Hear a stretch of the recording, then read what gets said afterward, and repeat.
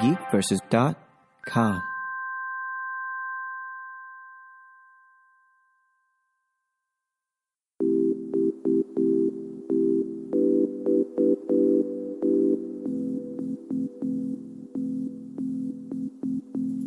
Welcome, everyone, to the first episode of 2018 of Weekly Game Chat. I'm your host, Chris, and as always, joined by my co-host, Sean. Dingus!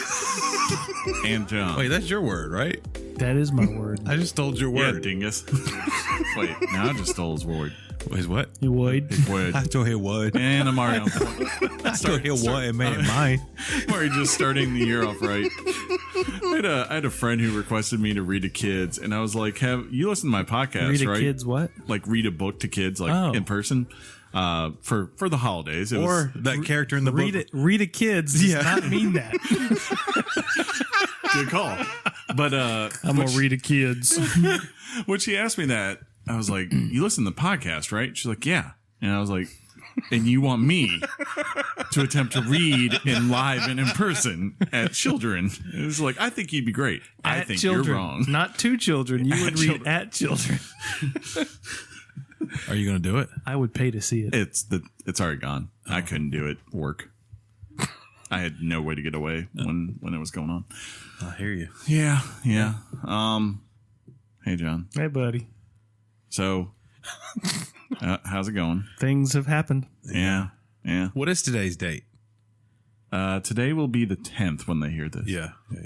Ladies and gentlemen, to put it bluntly, and there's more nuance to this, but nuance, who cares?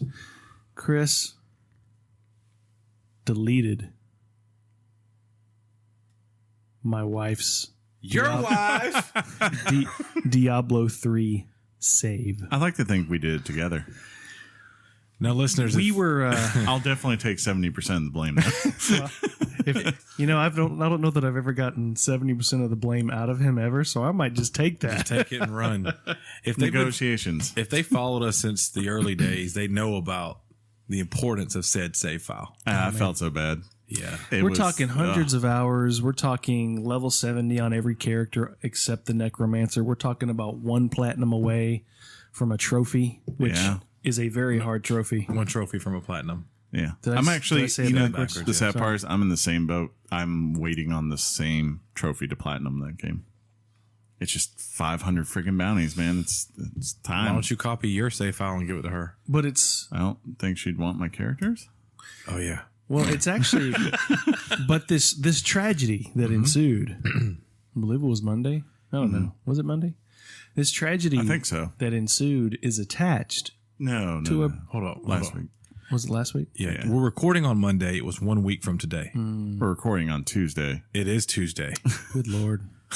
So We're really bad. it happened. while. It happened last week. It happened last Good week. point. I still have nightmares about it. But it's really attached to an even bigger, cooler story. And I'd love to share it with our audience if that's okay. I guess that's okay. Oh, thanks. Don't do me any favors. But how about this? Before you do that, Yeah. I got an email. Yeah, of course. weeklygamechat@gmail.com. Read it at us. And it's from Dave from Virginia. He says, "Hey Chris," he said to me because we were having personal correspondence.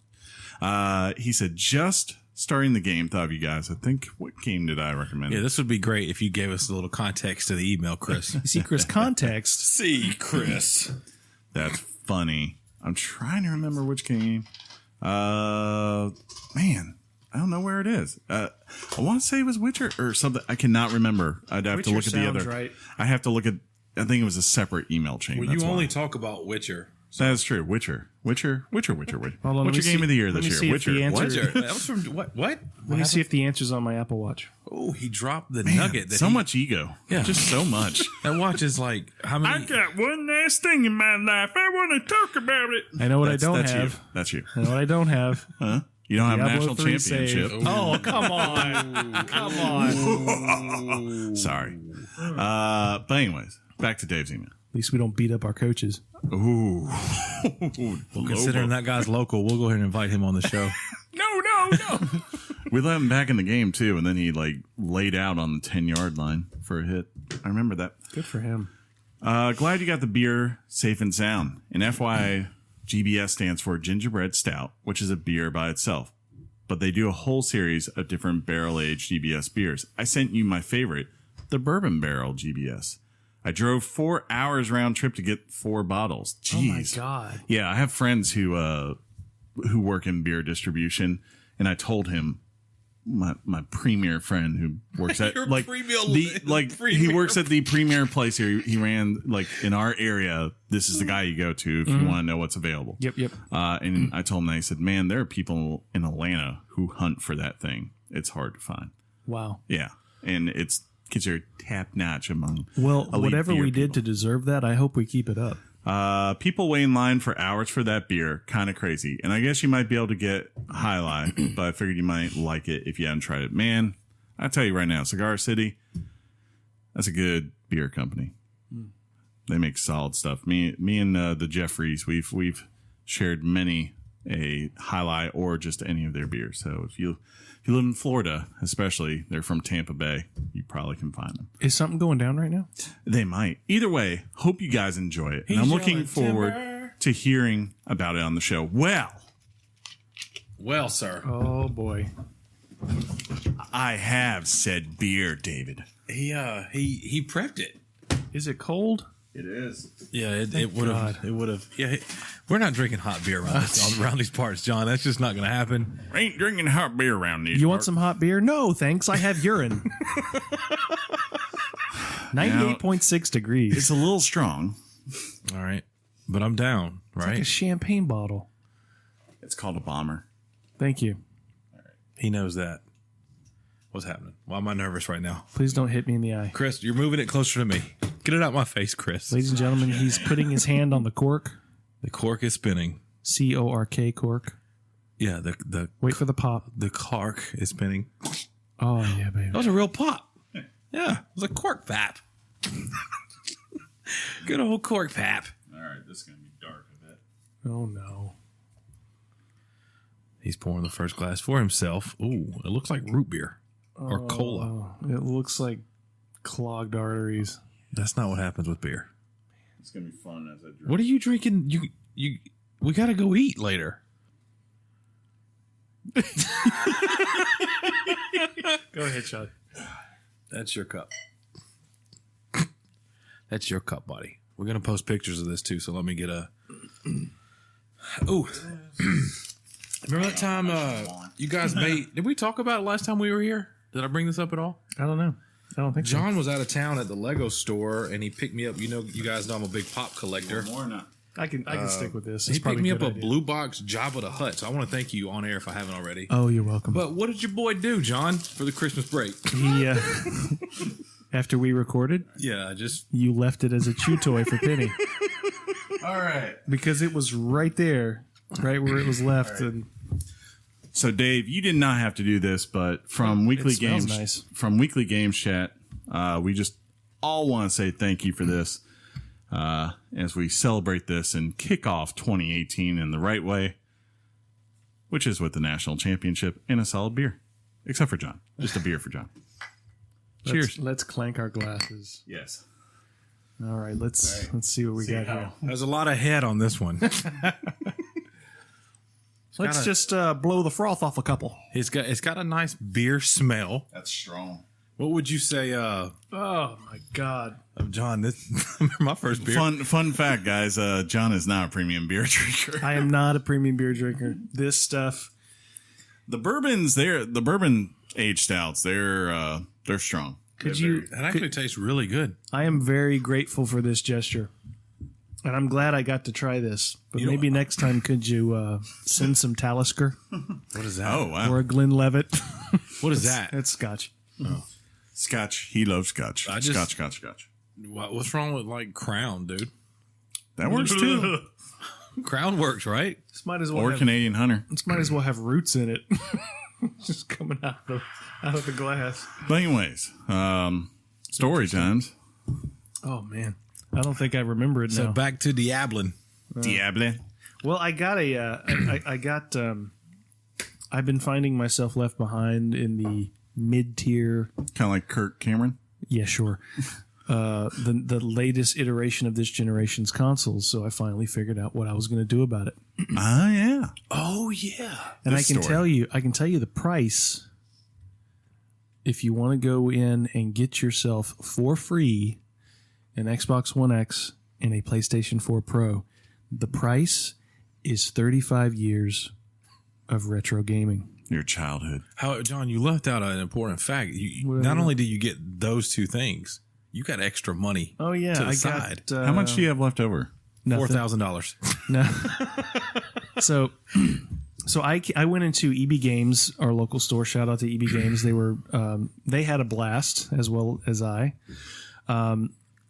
But my wife is a minimalist. Your wife. Thank you. Thanks, My Chris. wife is a I mean, why minimalist, would we? so she's doing like a 30-day challenge. So Layover. every day on day one, she gets rid of one thing. On the Yes. second day, two things, Yes. and it builds. I stalk her on Facebook. What? So I did. I would too. So it had really nothing to do with this, but over time, all my stuff from the Nintendo era, the Super NES, Nintendo 64, and on had just been sitting in my closet collecting dust. And as things have become more available on digital, as the NES Classic and Super NES Classic have come out, Also all known as the these SNES. thank you, Chris. All these things that I've owned that are sitting in a crate in my closet, I've realized that I don't play them, and when I do play them, I play them on other platforms. Yeah. It's always been my the way I felt about it. Like as much as I know understand, you have no Yeah. sentimentality, which is not a knock. It's just I love classic games, and I don't mind, like, for instance, like when they come out in Steam or iPad every now and then. Like, and I look out there and it's like, oh, it's $5. Yeah. I'll go and revisit it for a day. But the honest truth is, the vast majority of things, it's like once you've beaten it, yeah, I don't need to go spend another 120 hours of my life playing classic Final Fantasy VII Right. again. I got what I need out of that. So I spent the first couple of days sort of putting all my stuff into a spreadsheet and then seeing how much. So proud. See, it's not that big a deal. It's like, hey, there's a column. I'm gonna put something in it. Hey, But taking a game and then putting what GameStop would give to me versus what they would sell for it. And over time, I was like, I can sell all this, maybe double, maybe triple, Double it. tablet. but I just didn't feel like putting in the extra time. You took the convenience over the potential. Absolutely. Yeah, a lot of people would. So I called EB Games once I found out how much roughly I'd be getting out of all this, and I said, "So I've got some vintage games." And the guy on the phone, understandably, did not seem very interested. He goes, "Well, there's a lot of stuff we just don't take, so why don't you just go ahead and take that to Second and Charles?" And I said, "Sir, I believe you want all this, at least 90% of it." So he goes, "Okay." So he kind of over the phone kind of yells out, "Okay, guys, we got a big load coming in." So I actually brought the first phase, which was just primarily the NES, Super NES, and the Nintendo 64 games with So some this was Wii and GameCube games as well. So this is your first big load that you spilled? First big load. And so I discovered this moment and the next moment as well. This moment, I got more out of owning this content than I ever did just keeping it in my closet for 15, 20 years, because crowds were gathering around it. The clerks were like showing each other everything I had. They were like, "This is a gold cartridge. I've never seen a real gold cartridge." And somebody, that was purchasing something says, "I haven't seen that cartridge since I was 6 years old, and it didn't look that good 4 months into owning it." And so it was just, an amazing, I got more out of that moment owning that stuff by giving it away and letting somebody else enjoy it. But even better part was they were counting the money as they were trading everything in, and I ended up with the first trade in, which happened to be, I think that guy's. He said, "Sir, this is the best trade I've ever done."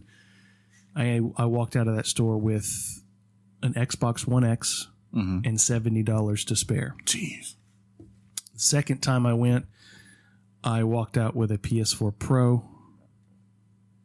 and then on top of that, another $170. So I got 2 consoles plus Money. $100. What I ended up getting was $100 PSN card, and then $100 Xbox One card because they were having good sales at the time, and then I got Skyrim on Switch.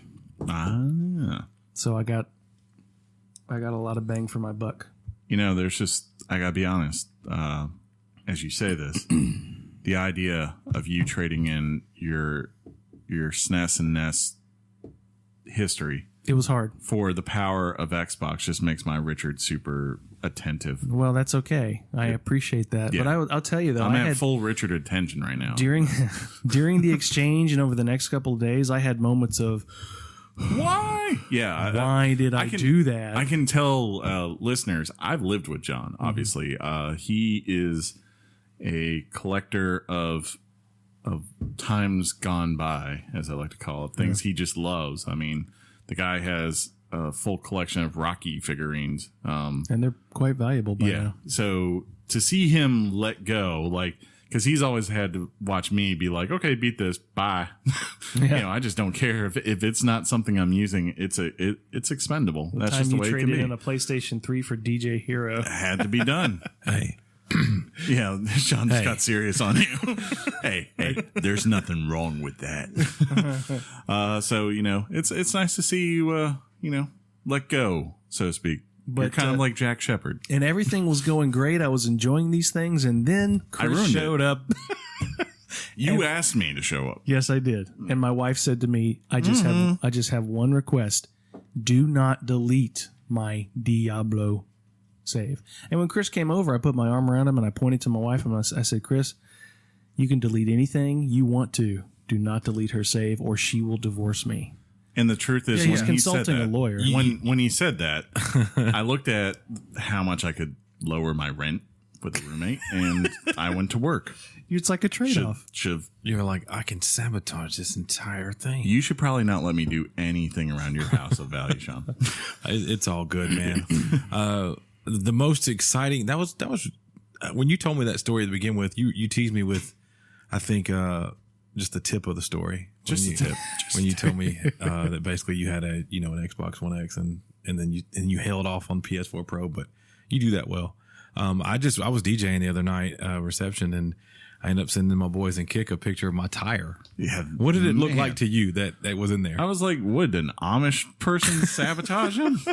So I must have missed that. Well, I'm probably because I'm like your 11th best friend these days. You're not in that Kick. You did not make the playoffs. Nope. Playoffs? Look at his face. I wish we were doing this live. Do it live. On video and whatnot. So I send them a picture and they're all like, what is that? We can't. It looks like a freaking like either a miniature horseshoe or like like that handle on that desk right there. It's in my tire. And I got it when I pulled over to make sure I was close to my venue. So I go in and I set up and I go back out and I'm like, what do I do? I wanted to make sure my tire was not flat. And it wasn't. I when you got something in your tire like that, don't park where that thing's on the ground because it'll let air out, right? So everybody starts panicking. They're like, dude, you're going to die. Change your tire. Yeah, like he was trying to be kind of confident. And then one of our buddies, Kevin, who's a Navy guy. Yeah, who's like, probably mechanical, I would trust him. He is actually, yeah. I think. Yeah, most people on in the like Navy tanks are. and stuff. Yeah, so I was like, he looked at me and he said, dude, don't drive on that. You're going to die. and I think that was when the realization that Sean's like, might have to reassess this a lot sooner than I thought. But I'm at a point because I'm within like maybe 30, 45 minutes of the gig starting, right? So yeah, I believe you and Tate were like, no, don't change it now. Just wait and see what happens. Go do your thing, which was a blast. I come back out, hours later, it's cold. True. And I'm like, well, no air has come out. So I get on the phone with my wife. Your wife. It doesn't work. That's not how that works. That's my thing. I hear it. One time I said my wife and you did it though. You son of a. Yeah. Why are you so special? So she. What if I get a wife? She's at home and I'm in Auburn. Can I say that? I can say I'm in Auburn, right? Sure. Yeah. And so she's going to get me home via back roads, John. So I don't have to. Because we decided, look, no, let's not change it. Let's just get you home back roads. Do like maybe 40, 45 ish. That way, if you crash, it'll be immediately into a ditch or a tree, not into other cars. That's great. So I was like, all right, cool. So Only you'll die. So she basically goes like, and she's guiding me home like you see like in a video game or a movie.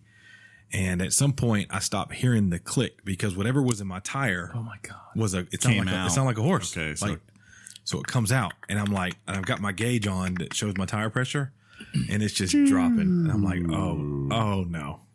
So I end up pulling over with a truck full of DJ stuff. Yeah. And I pull over into it's a Jeep. I say truck. Yeah. Thanks for correcting me, Honda Fit guy. Hey, you don't hear me going like, yeah, me and my You hat. did tell me that we could get it in. You said we could get it in your Fit.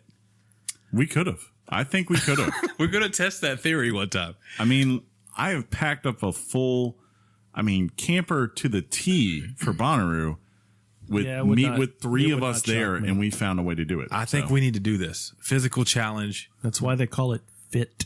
People don't realize just how much room is there. It's not in the fact of like size or carrying more about load the girth. like weight capacity, but in terms of just room, you'd be surprised. I know. Maybe your main speakers, that'd be the one thing I'd be worried about. Yeah, it'd probably hit all on the side of the walls and everything. Yeah, just like it. Everything How good else, this Apple Watch looks on my wrist. Yeah, it looks good. So when I end up pulling over, it's underneath a billboard that's kind of got a light on it, but it's in gravel. Oh. And John, you're responding kind of like you know what that means. If you've got to jack a car up in gravel, it sucks. It's Dang near it's not the impossible. best. Yeah. So Especially a heavy car. I tell, it's loaded, right? Yeah. But I got to get half the stuff out to access my tire, which is one of the ones you got to use from the inside the car and lower it. Mm-hmm. I get that down, which was, you should have seen your boy, hilarious. I get my scissor jack that the Jeep decides to give me under the car.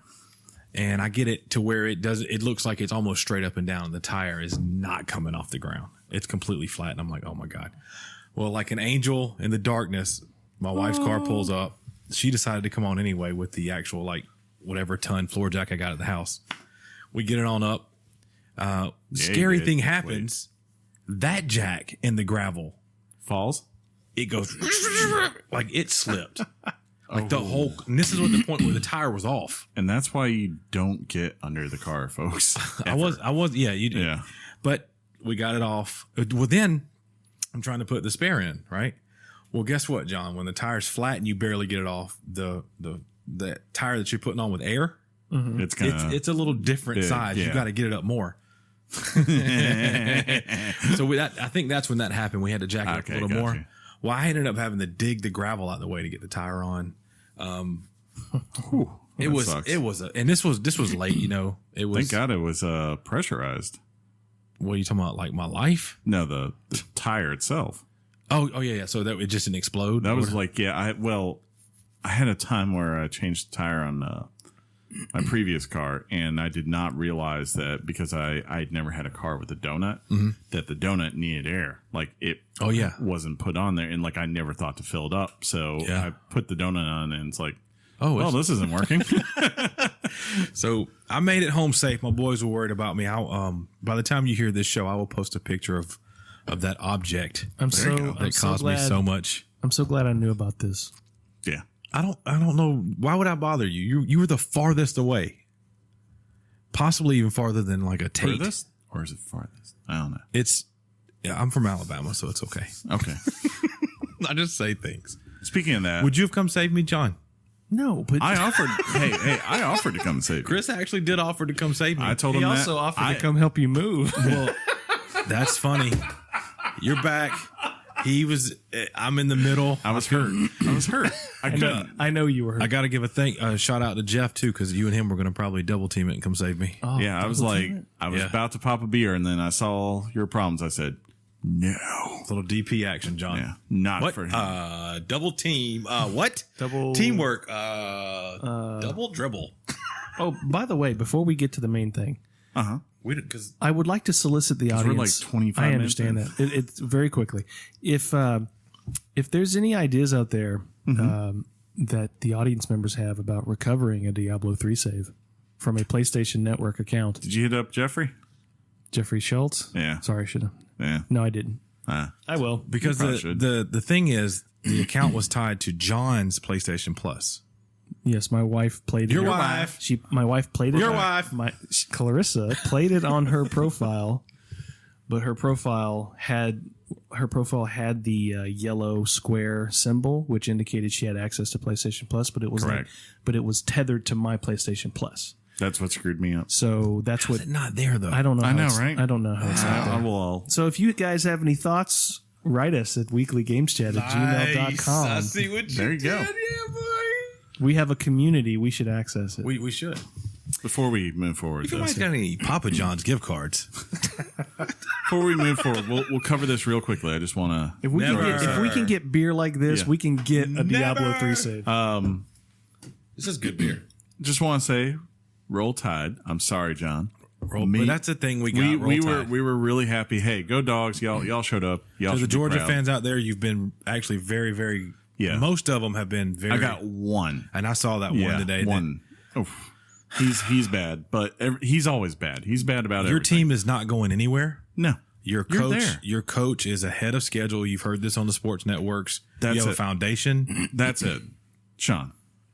We will never watch a game together Ever. again. So going into this game, the Ever. Clemson game and I believe the Auburn game, right? Yes. The last two, not this year's Clemson, the national championship Clemson game and this year's Auburn game. I went to our friend Jeff's house to watch it with Jeff and Chris. And we lost. I show up at just about kickoff for this game, and we're losing at halftime. Sean goes home. Yep. Coach Saban says, "Put in two. So you're saying had you stayed? We may have lost. Oh, gee. Me and Jeff looked at the end of the first quarter. We were like, or half. We were like, they need to put two in. Sean was like, no, they don't. He's like, I'm leaving. And then That's not how that went. It was more of let the coach coach. Yeah. And he did. He coached. Next time I'm going to be like, I'll give you $1,000 to go to Jeff's house right I'm in. now. I'm in. Oh, you're there? Good, stay. I think we can attend games in person still. Yeah, Our record is freaking immaculate on that. Yeah. But that's about it. Yeah. I will never sit in a room with you to watch Alabama football. Ever. I don't care if we're playing freaking Mercer or Is it the same roof? Is it the same room? Could I be in a different room? It might be the Trinity. That might be the. I think if like you and Jeff or me and you and I watch the game, good. it would be fine. Yeah. is this? It's when we get three people together. We are not the. We are not in the way of God in the sense of where two shall agree, so shall I. It's like no. You need to be. I saw a video on Facebook about fanatic college football fans. I know I basically just said fan twice when I said fan and fanatic. It's the same thing. I tracked But you. the things they do, like the special shirt you have to wear, the game day shirt, the socks Yeah. have to be on a certain way, the volume on your TV has to be a certain level. 29. All this was, it's hilarious that we do this and we think it has an effect on a game. It does. It was proven last night. Literally, we sucked for a half. You left, and all of a sudden, It wasn't all our of a sudden. Savior came down. They with still the sucked golden for a little order. bit after I got home. Hey, Sean, hey. did I ever tell you that I got accepted to Alabama? Ooh. No, it's a fun fact. That you, I didn't. I decided not to go because I had a high school diploma already. Anyway, let's go. Low hanging fruit. Low hanging fruit. Let's get to this topic because it's been 30 minutes and this will probably. But what else do we got today? I need to know these things. We just got Just got topics. that. Yeah, we just got that. So we're good. The Switch became the Yeah, fastest it's not selling gonna be but console another in 2 U.S. hours. history. That is a good piece of news. Yeah, Why? Big deal. no big deal. It's not a big deal. It's ever. It's no one history. cares. It's not huge. Hey, Chris? No one cares about it. It's the worst selling console ever. About No, how it's much? lamest. No one cares. About how much money did the U.S. pay Napoleon to get the Louisiana? $15 million or $14,909. We saw the Capital One transaction. Jeff. Well, I might have gotten put on the spot of the like, is that accurate? And I said, I'm pretty sure it's accurate. And someone challenged. And I said, well, I'm going to research mode. Let's win this. But just like that piece of history, Chris. Yeah. Yeah. Okay. History. History. We did make history. All right. Well, let's make some history in the topic. Topic time.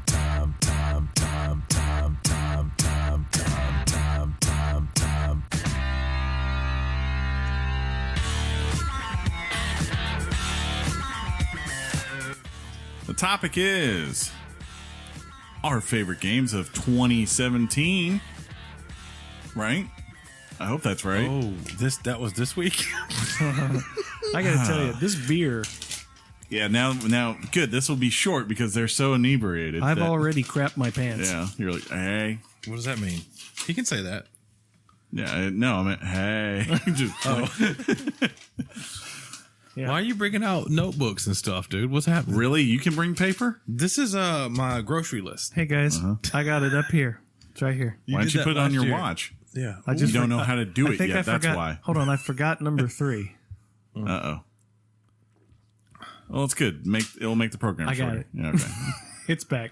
So, yeah, as you know, we don't really issue a game of the year per se that we say this is Weekly Game Shack Game of the Year because Wait, do we you have don't the really spreadsheet back again this year? No. Oh, No, okay. we did that one time. Mainly just because, one, there's only 3 of us. 2, we don't all play enough games where I think it's a fair thing for us to say, like, I think by default this year, if we did it this way, it would have to be Legend of Zelda because it would be the one game all 3 of us. It's not on my list. I could say, like, all of us played. You know, The Like, you know, thing Sean- this show lacks is Yeah. my dirty looks. it's like John can't come in and talk about, I don't know, something like PlayerUnknown Battlegrounds, you know? I can too. Oh, I I actually have it now. can. Yeah. My bad. Free You with own that. Xbox One It's X. going to be on my list, John. Oh, spoilers. But yeah, so we sat down like in our, I want to say it was the year we actually became Weekly Game Chat.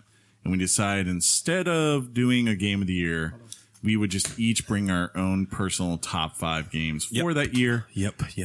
share them with you, our lovely listeners, Get some tell some you chatter. why we think that. And then we would all tell John why he's wrong on his choices because that's just, he needs that in life, I feel like. And I feel like I just said, we're going to get some chatter going. Hopefully our people Chatter. on all of our, either our Facebook or our Twitter, they'll tell us some things that they like. There are going to be some mean tweets about this. One year we even had a no, that was the top 5 of all time when we had a contest. All time. All I do have 2 other emails, but I'm going to save Yeah. those for next week. I wanted to give that shout out to Dave because Dave, you did not have to do that.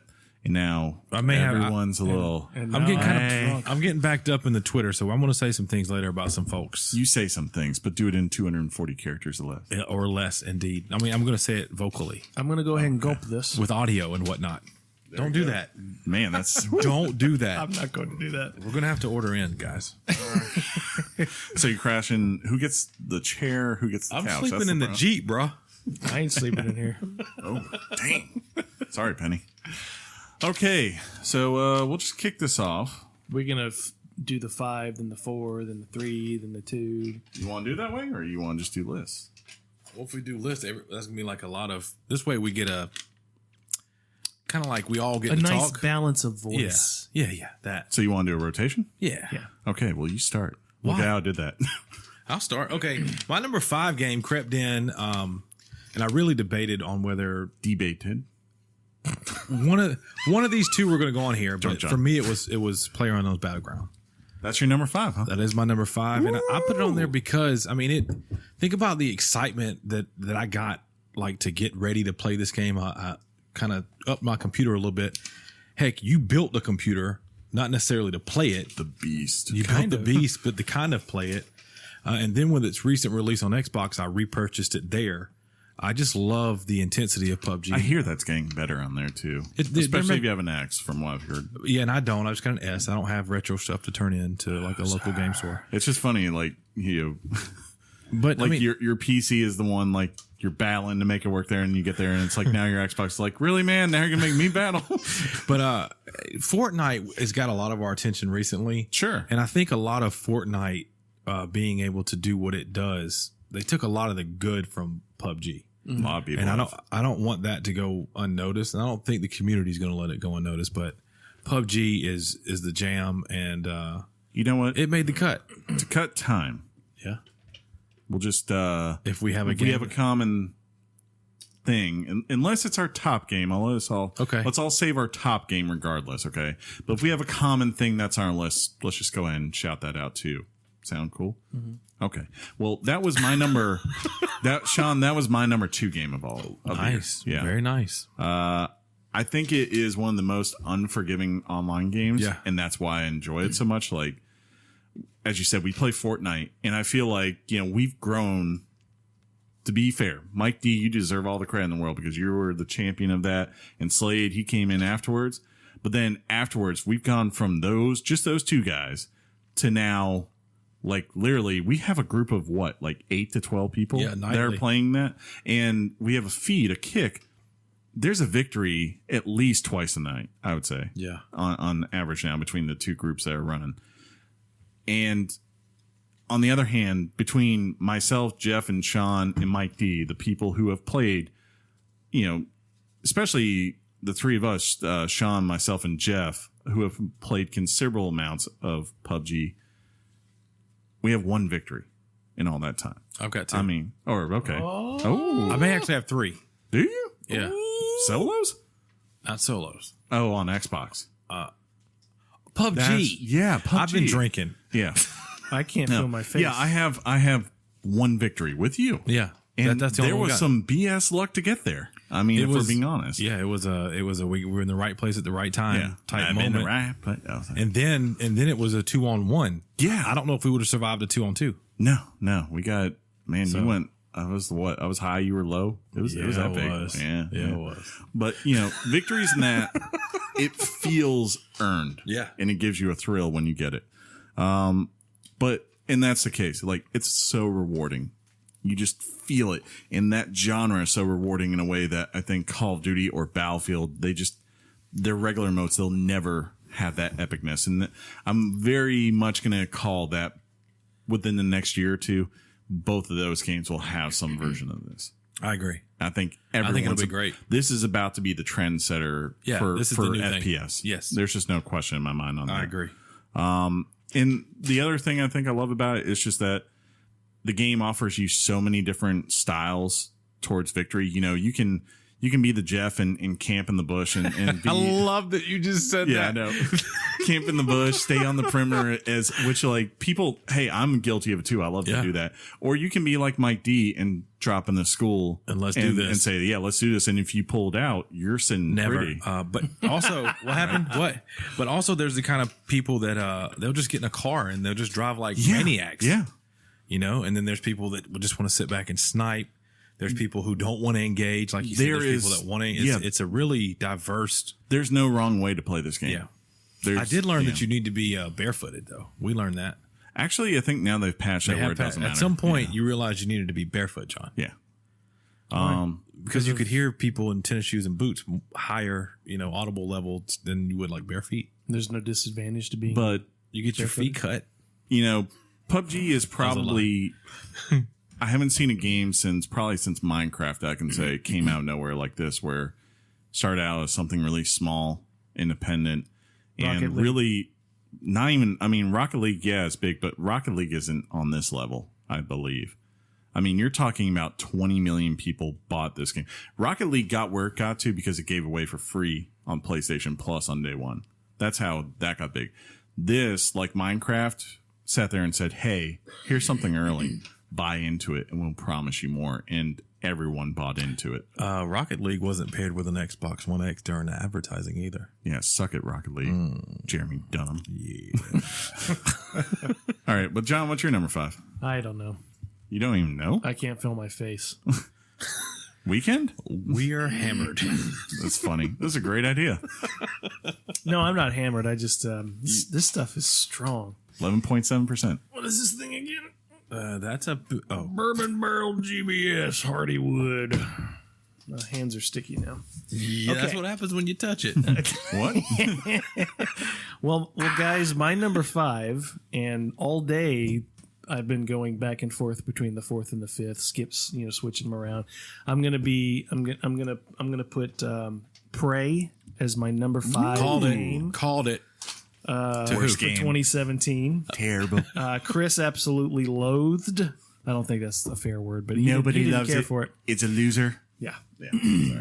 So Had to get out. I'm a big fan of the BioShock series.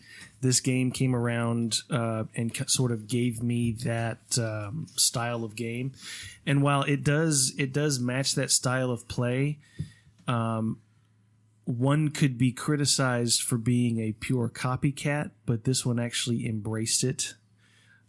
System Shock for sure. System Shock definitely for sure, which I think they're actually making a remake of the original this year. It's supposed to come out this year. Looking forward to that. But this one just came around and gave me my BioShock itch, if you will. I think it's got a terrific atmosphere. Some might say that the enemy variation is not that deep. I found that not to be the case. They had their different weaknesses and way you approach them. As far as design goes, I think that's where maybe the criticism lied. But I just thought the atmosphere had a cross between BioShock and the first person shooter Metroid Prime series. Each weapon, it wasn't your straight up shooter. It wasn't just something where you would go in and blast your way. It had these interesting, unique weapons that interacted in the world in very unique ways. The methods to which you would upgrade your weapons, the way they did that, you would basically collect junk and then synthesize it into material that you could actually use. I'm getting a finger from Chris. Best weapon, Nerf crossbow.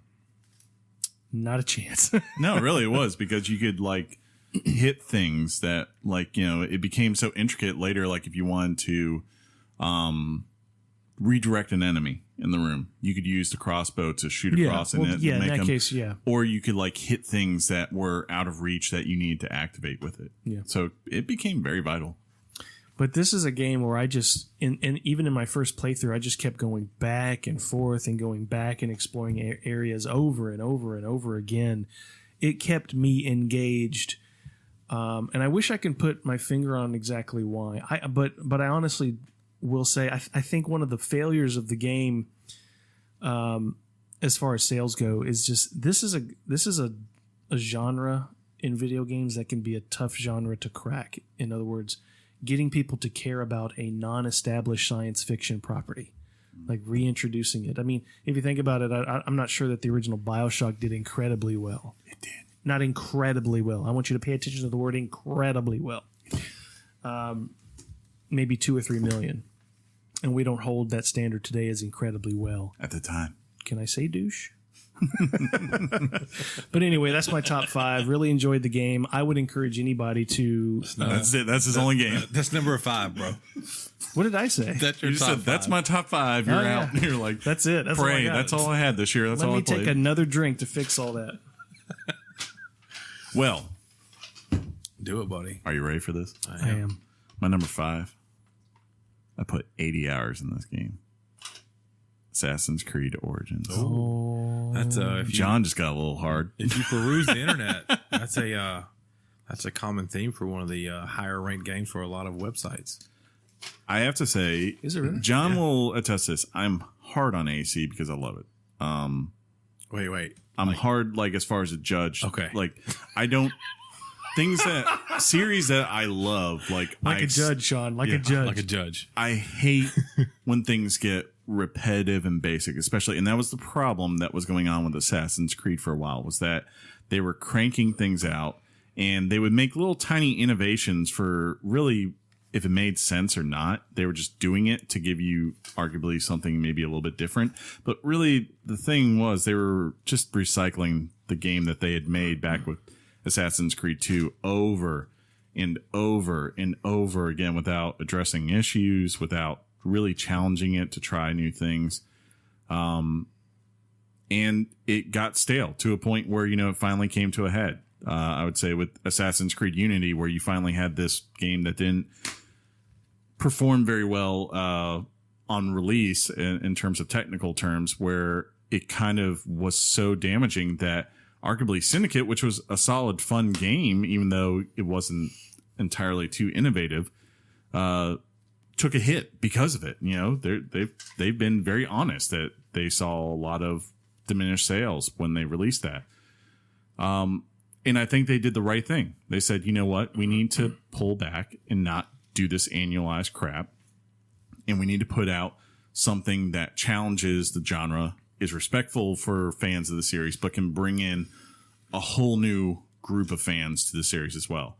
And I think they did it. They nailed it. Like, to me, this is the best open world that Ubisoft has made, because instead of just making a little city, they made a living, breathing area, and it makes sense. Going from, I can tell the difference being in Alexandria in that game, to being in Memphis, to being in the mountains, to being in the desert.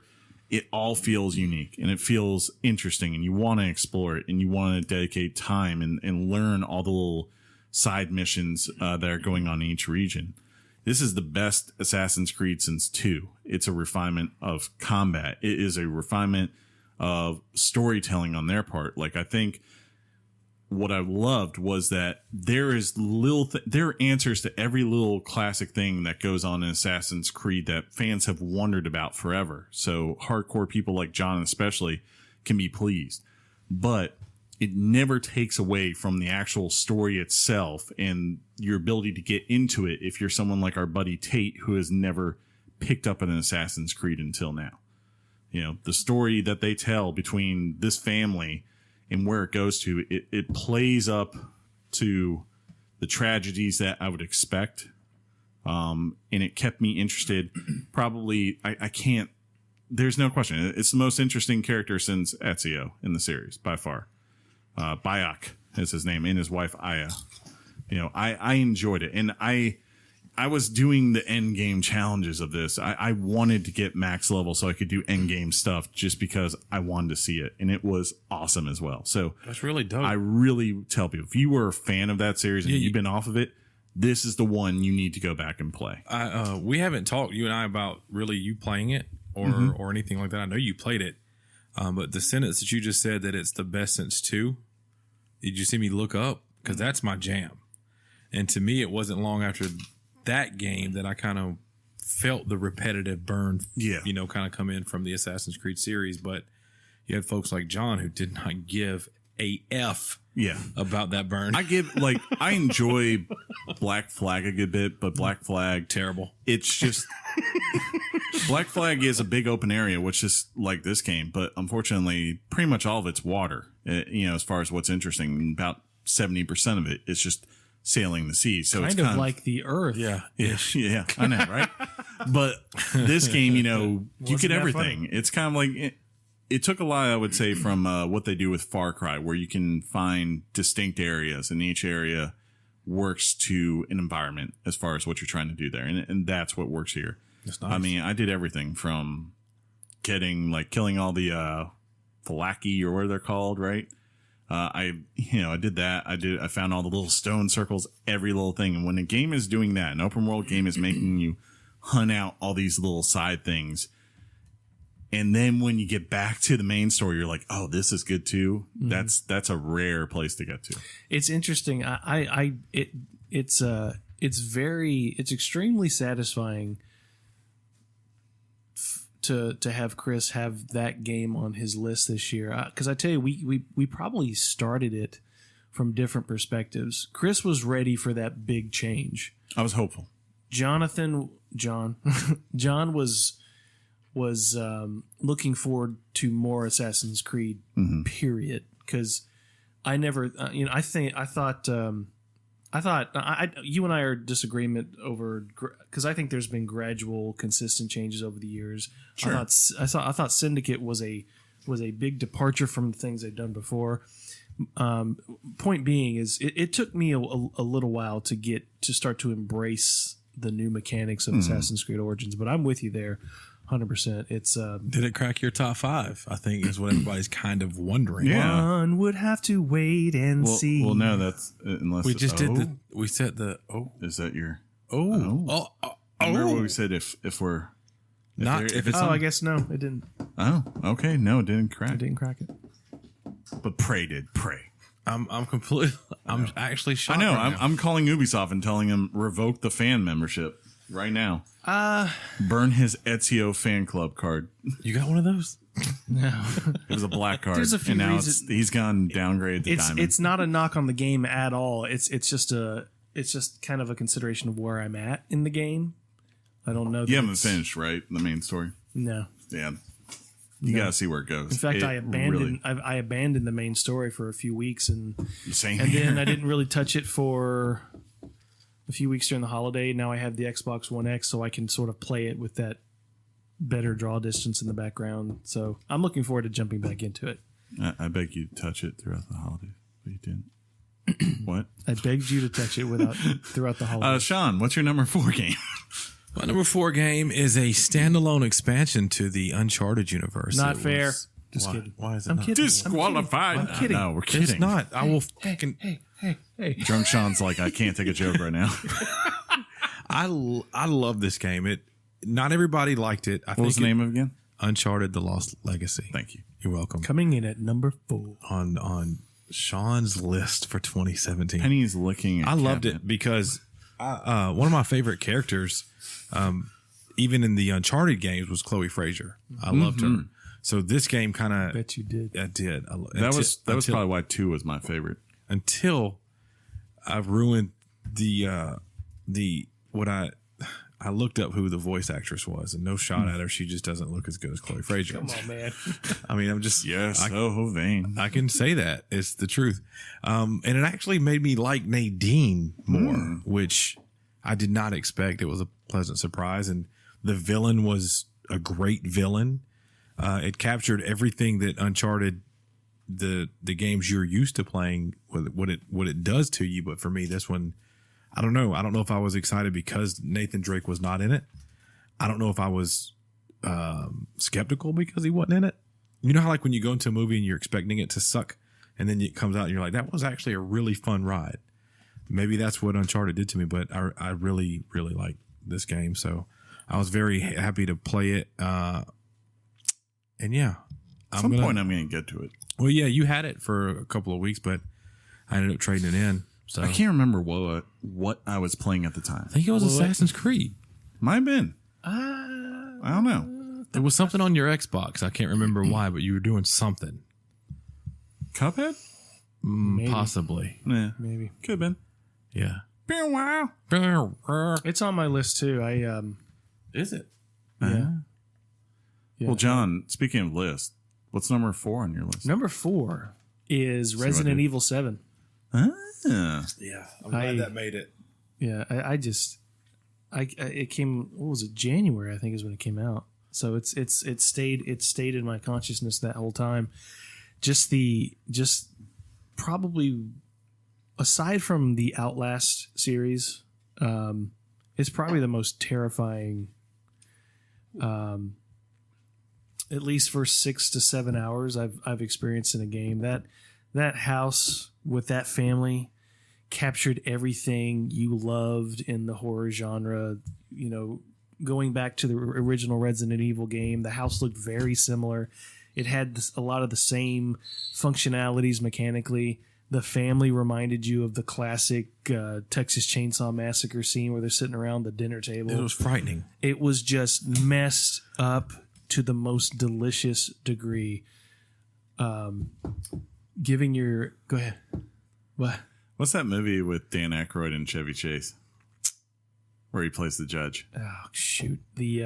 Was it creepier The than Frightener? The Frighteners? No, that's not it. I just remember Tupac's in it too. Oh, Because not Morris Day, but what's their name? Digital Underground are in that movie at the end. But is it scarier than that? I don't think that I've ever seen that movie. Really? I thought that was a comedy, dude. It is. But Okay, so what...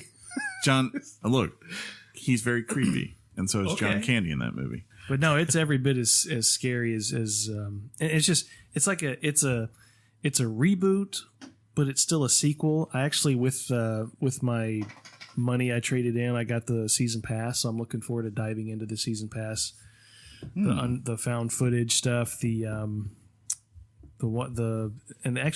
expansion of Chris Redfield's Not a Hero expansion DLC I think was free, but just a good, solid survival horror game, and a literally survival horror game because the ammo, the weapons you have, everything is limited in the game.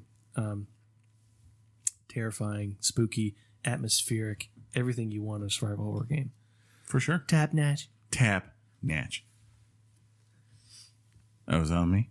I don't know. Where are we at? 4. I've already done 4. Yeah. No. I've already done 4. Well, So I guess moving I'm on gonna to do 3. 4. I had to think very long and hard about my number 4 game. I plugged a couple of games this week in this slot. Like it's a lineup. Dude, I just wrote it down 5 minutes before I got here. Well, you know, some of us I'm have kidding. standards. I'm kidding. Number 4. I just copied the internet. There you go. Sounds like it. No.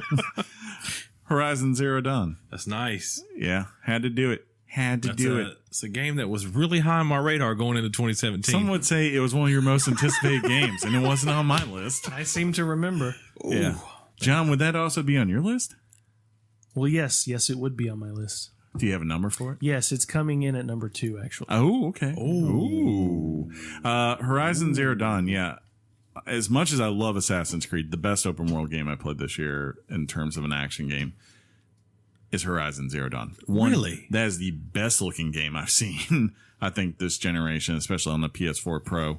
There's no question about it. Like, Uncharted looks great, but Uncharted is kind of, you know, isolated levels. So you get this. But consider this is like an open world game with all these AI robots going around. It is crazy how good this game looks. this game, dude? It's really sick. It has some of the best enemy AI. Like every creature set of creature feels unique, feels like it has its own independent things that make it work, and as far as weaknesses and also advantages, and you have to respect that.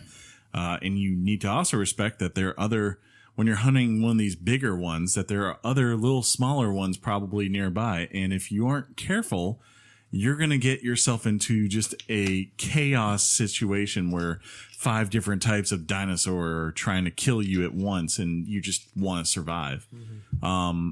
The world is just beautiful to explore. The side quest, the way it sets up, the way it handles that, you know what really matters, and you know what is optional.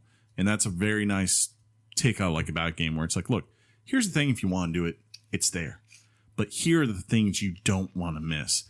That's what I love about a video game, is like when it tells you that. So I know, let me go off and explore these things, because the side stories, honestly, they start as little small encounters, but they build up to these wonderful threads where you just meet interesting characters and are solving a lot of diverse problems in the world.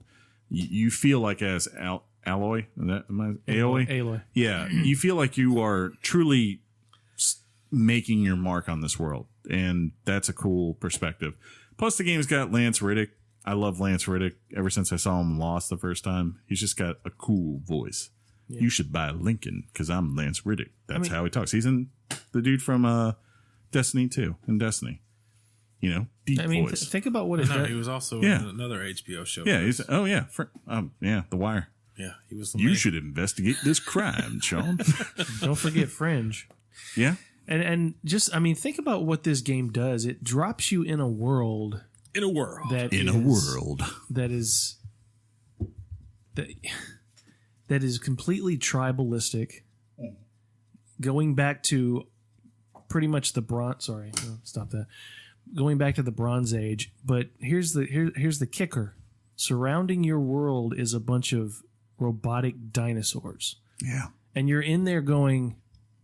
One of the things that draws you in is because you want to freaking know why there's robotic dinosaurs in this world, and you learn early on that there's something interesting about Aloy, and it just it hits you at every tick to keep you interested going forward, because it reveals something new to you every few hours. As long as when you're playing the story, it's like, well, it just.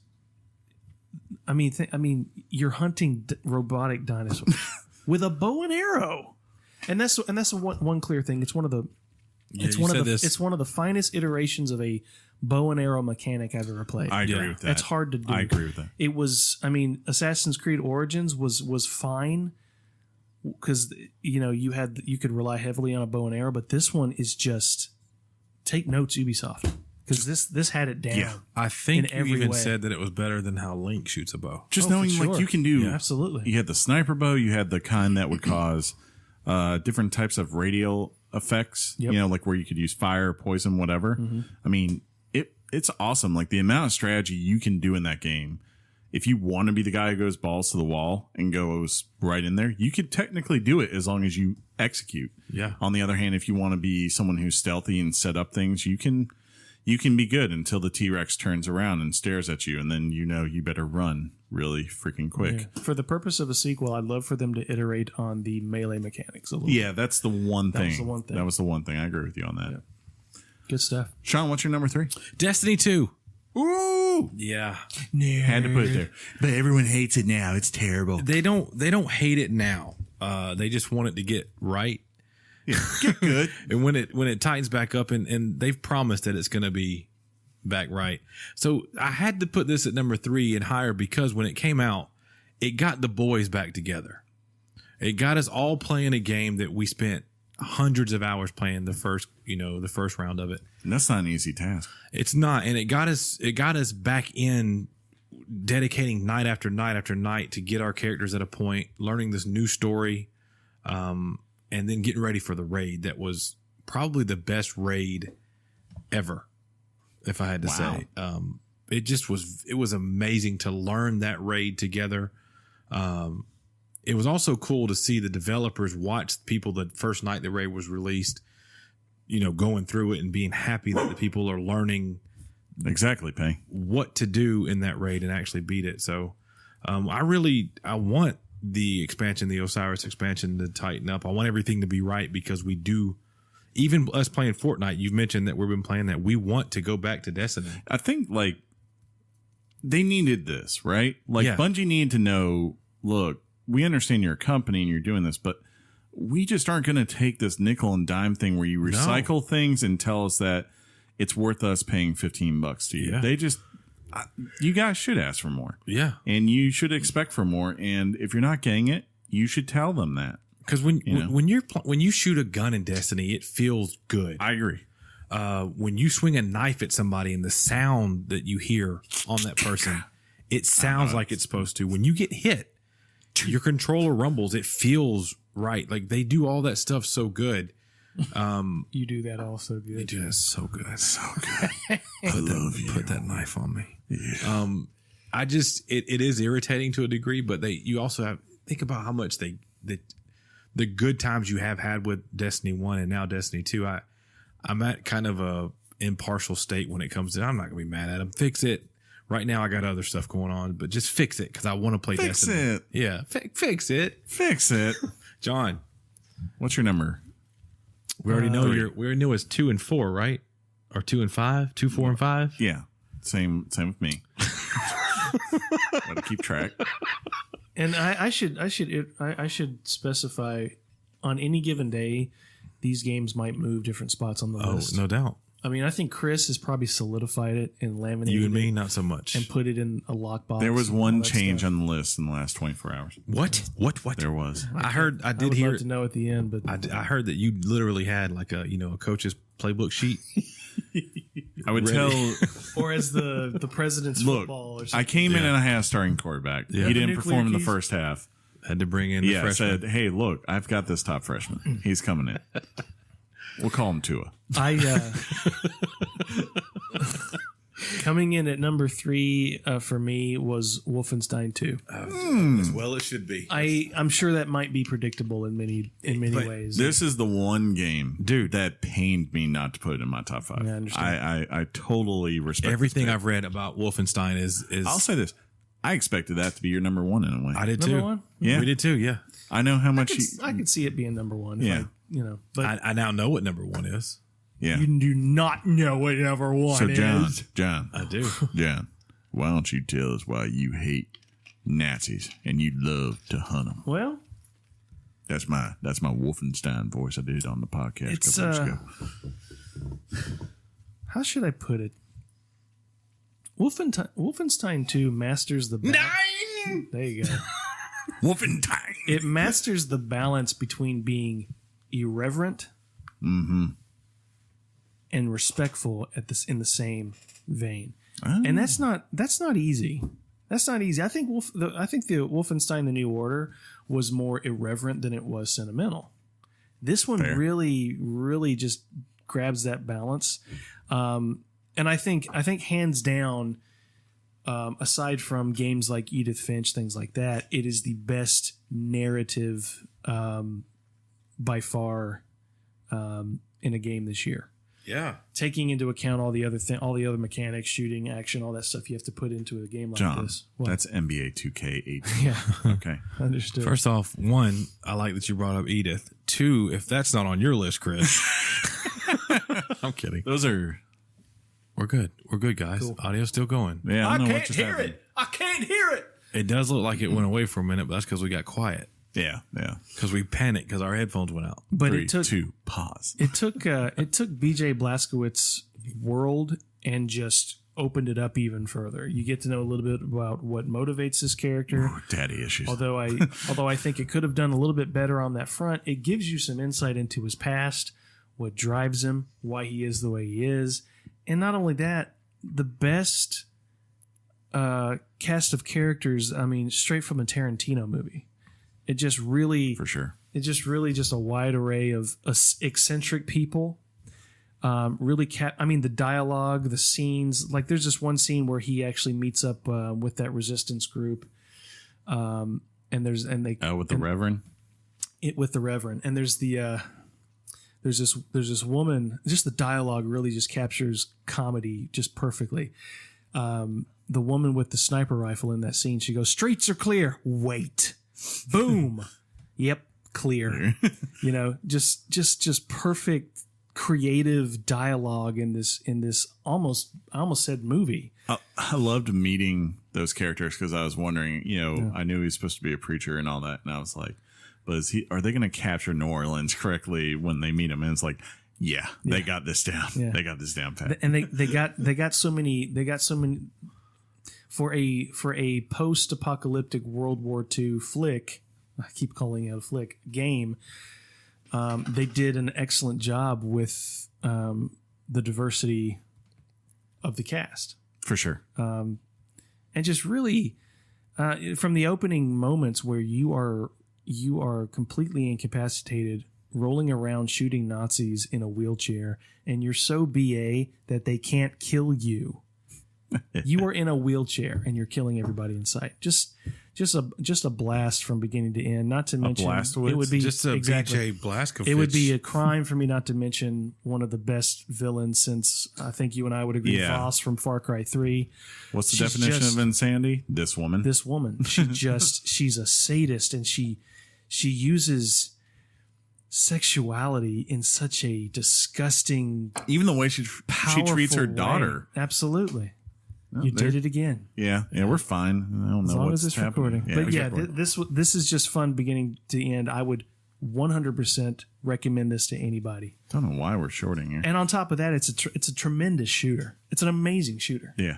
of the first person variety. of the first person variety. I have to respect, there's something about, Mary. that's what it is. You puppy, you lying on things. That's what's making noises.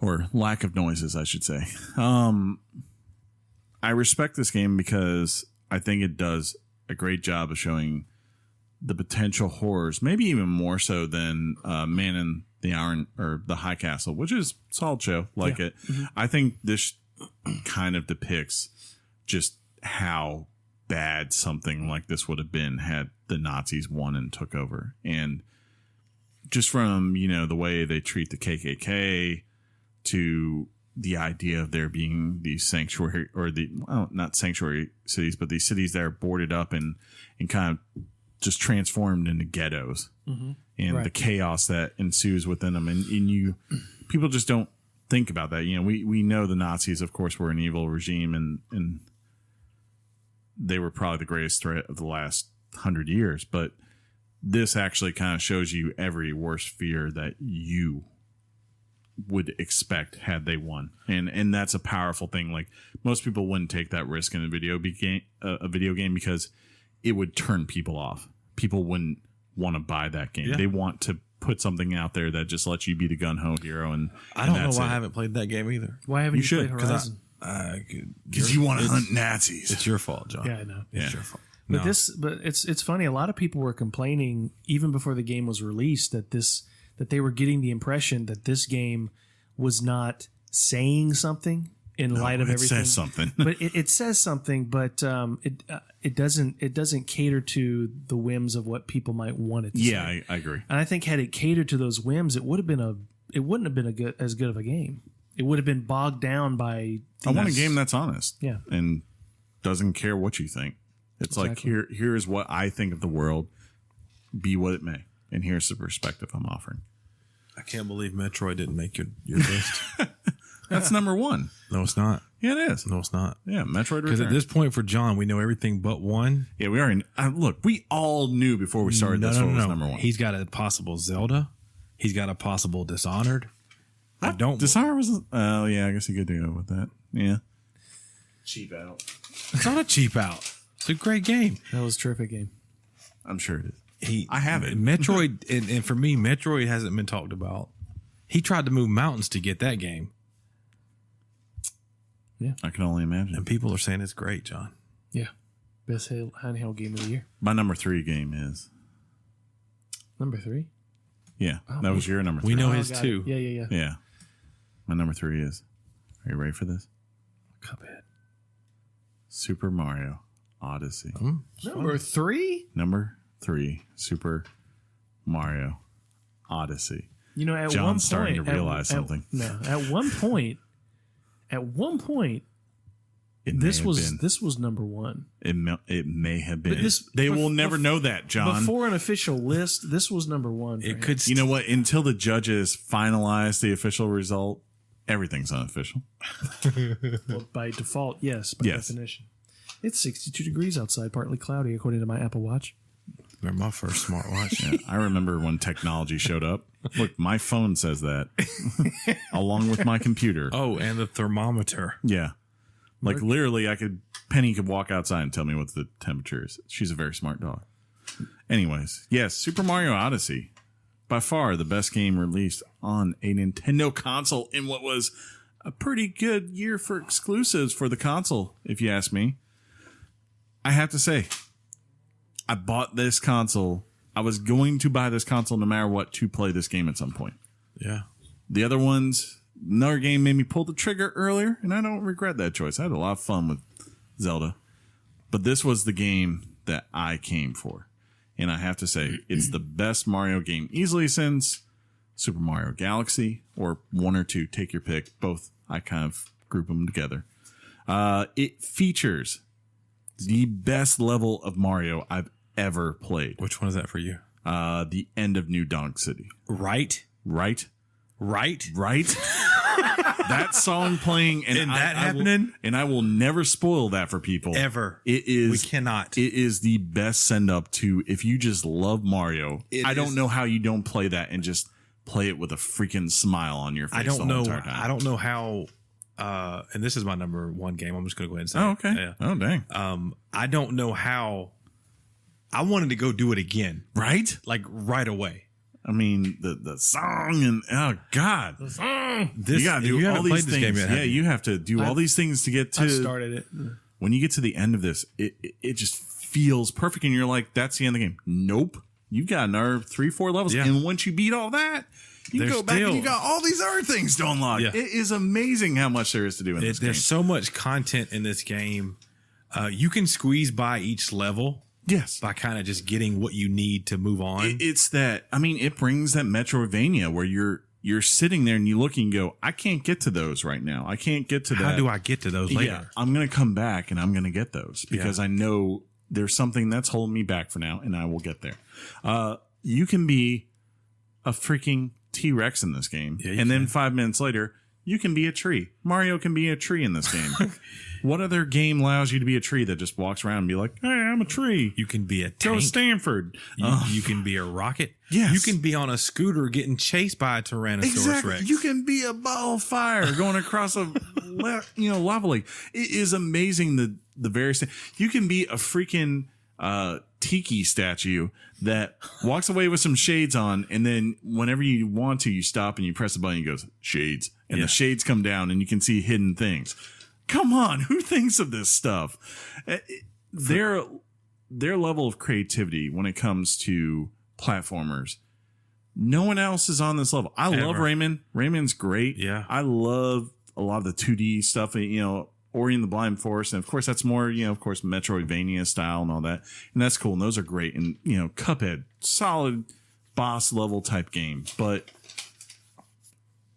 that game is just, God, it's masterclass. It's like literally, you see those advertisements when you're on YouTube and Gordon Ramsay's like, no one can have palate. You can't buy a palette, but you can educate one. And he's like, this is my masterclass. That's what this is for Nintendo. It's a masterclass. I see the Dead Mouse masterclasses, and F him. I'm just saying, I'm on that one. I want the scrolls. Dude, the ability to little things that they added, like for your ship, right? Your Odyssey, able to get little trinkets to put in there and stickers on the side of it. Is that what you were going to talk about? Yeah. Well, I mean, you can have a shirt off Mario. Yes. He can just run around. He's like, hey, I'm going to the beach today. What up? I'm Mario. There's classic costumes they give him. There's one, I believe it's for New Donk, that is really cool how they did it.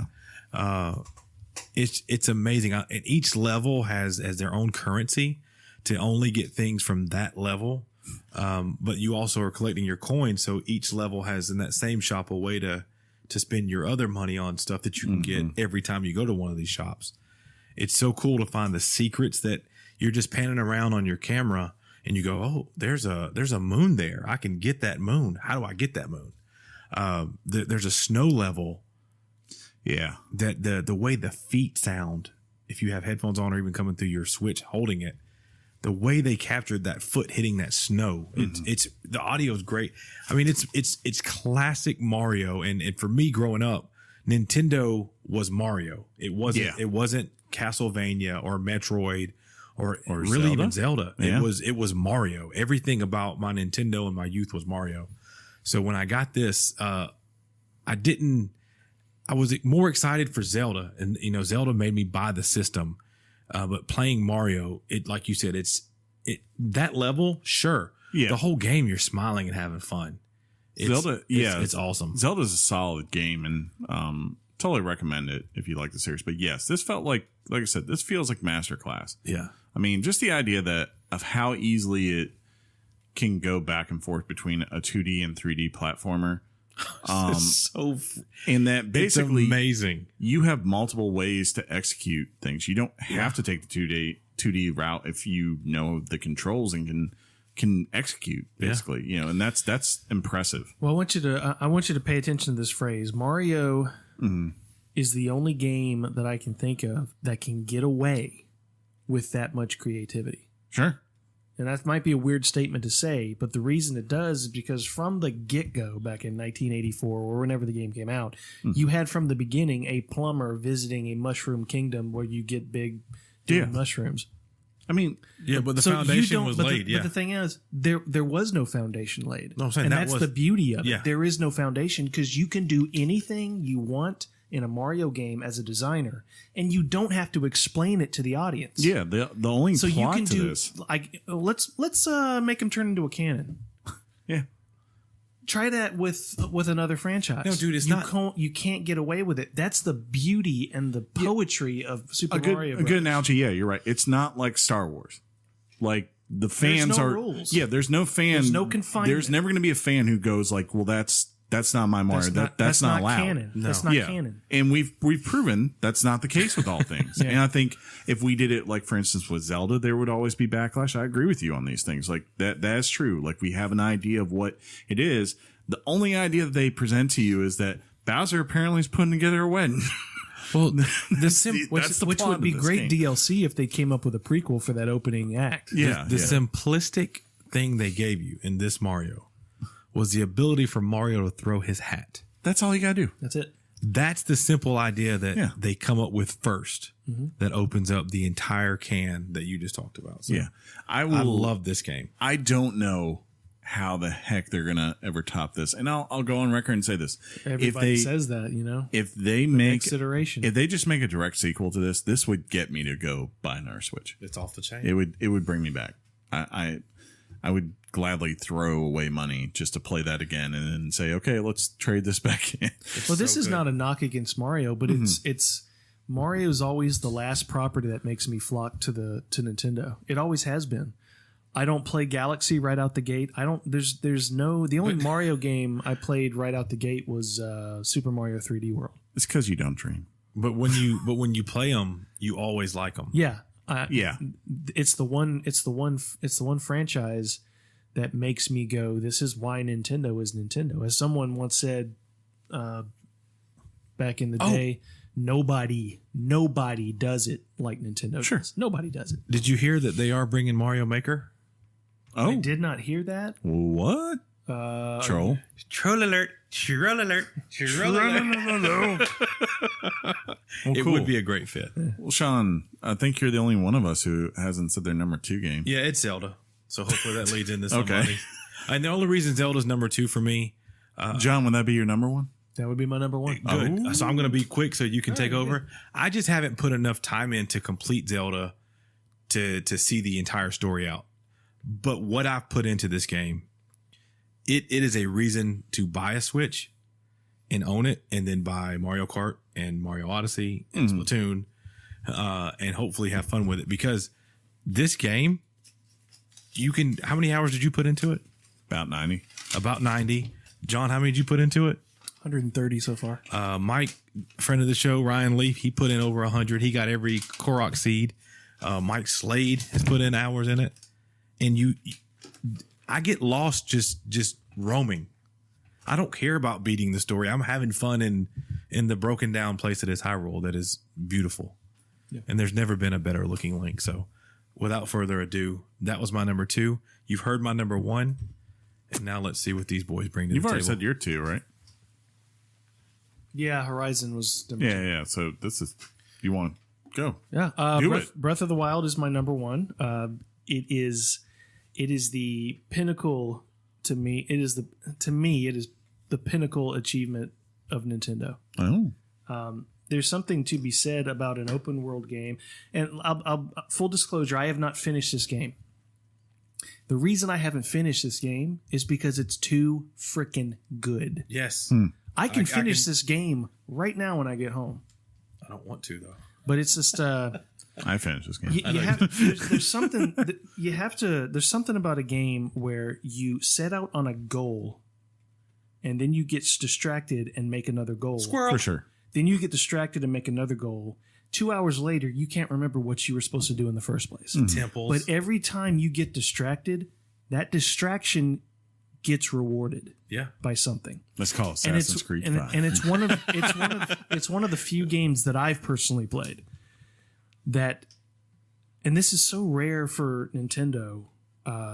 It's a game that tells you yes far more than it ever tells you no. If you think you might be able to do something in the game, chances are you can do it. Yes. For sure. That mountain, you want to climb it? Go ahead.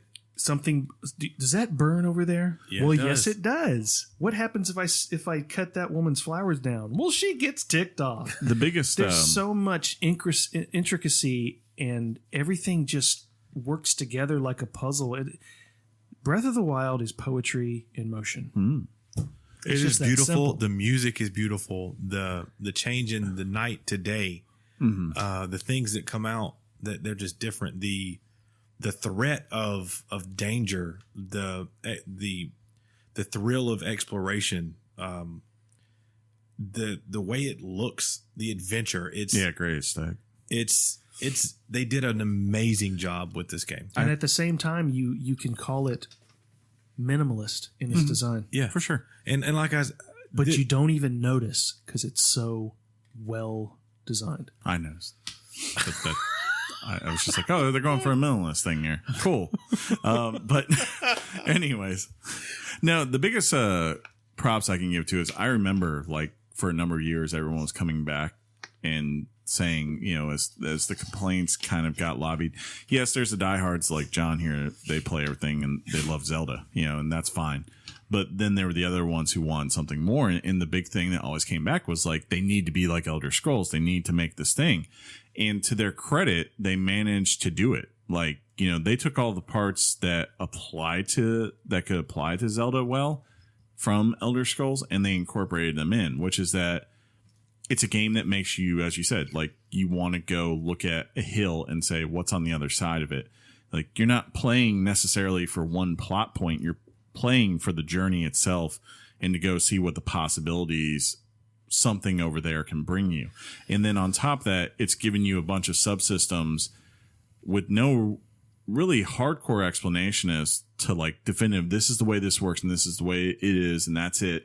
And it can never be another thing. It gives you a bunch of tools and says, be what you may, figure it out, see what you can do with it. And like, that's what people love about those Elder Scrolls games. This definitely took it. And then on top of that, it said, you know what?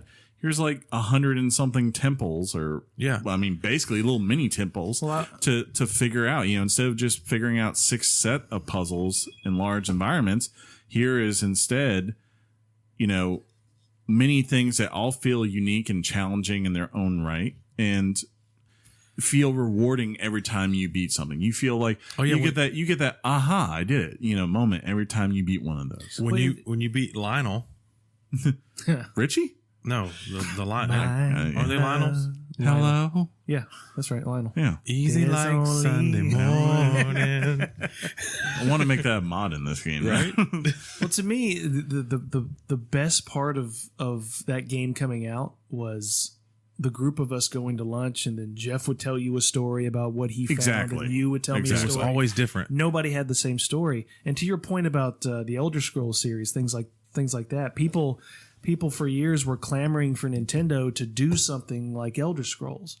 And I think Chris would fundamentally disagree with this point, but I can tell you most industry people would tell you that Nintendo took that advice, but they made it. And when it came out, now the Todd Howards of the world are going, now we need to take notes and do things like Breath of the Wild did. Now, Chris disagrees. I disagree just because I know but Todd fundamentally, Howard's the do industry, I think you would acknowledge at least that the industry as a whole believes I think that sentiment that the open world games of yore now need to look at Breath of the Wild and go, what did they do that really changed the game? Like I said, I have small issues with the game. Like, I don't think it tells a great main story or anything like that.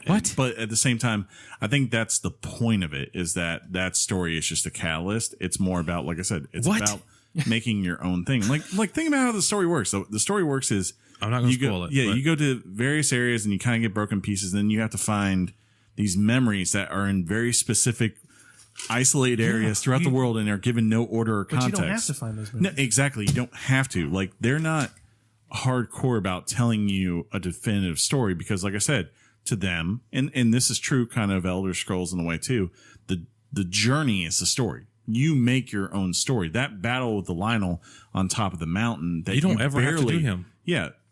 But you went and you did it and you barely pulled it out, or you went to the middle of the maze. Oh, what? You knew it was coming? You knew. You knew.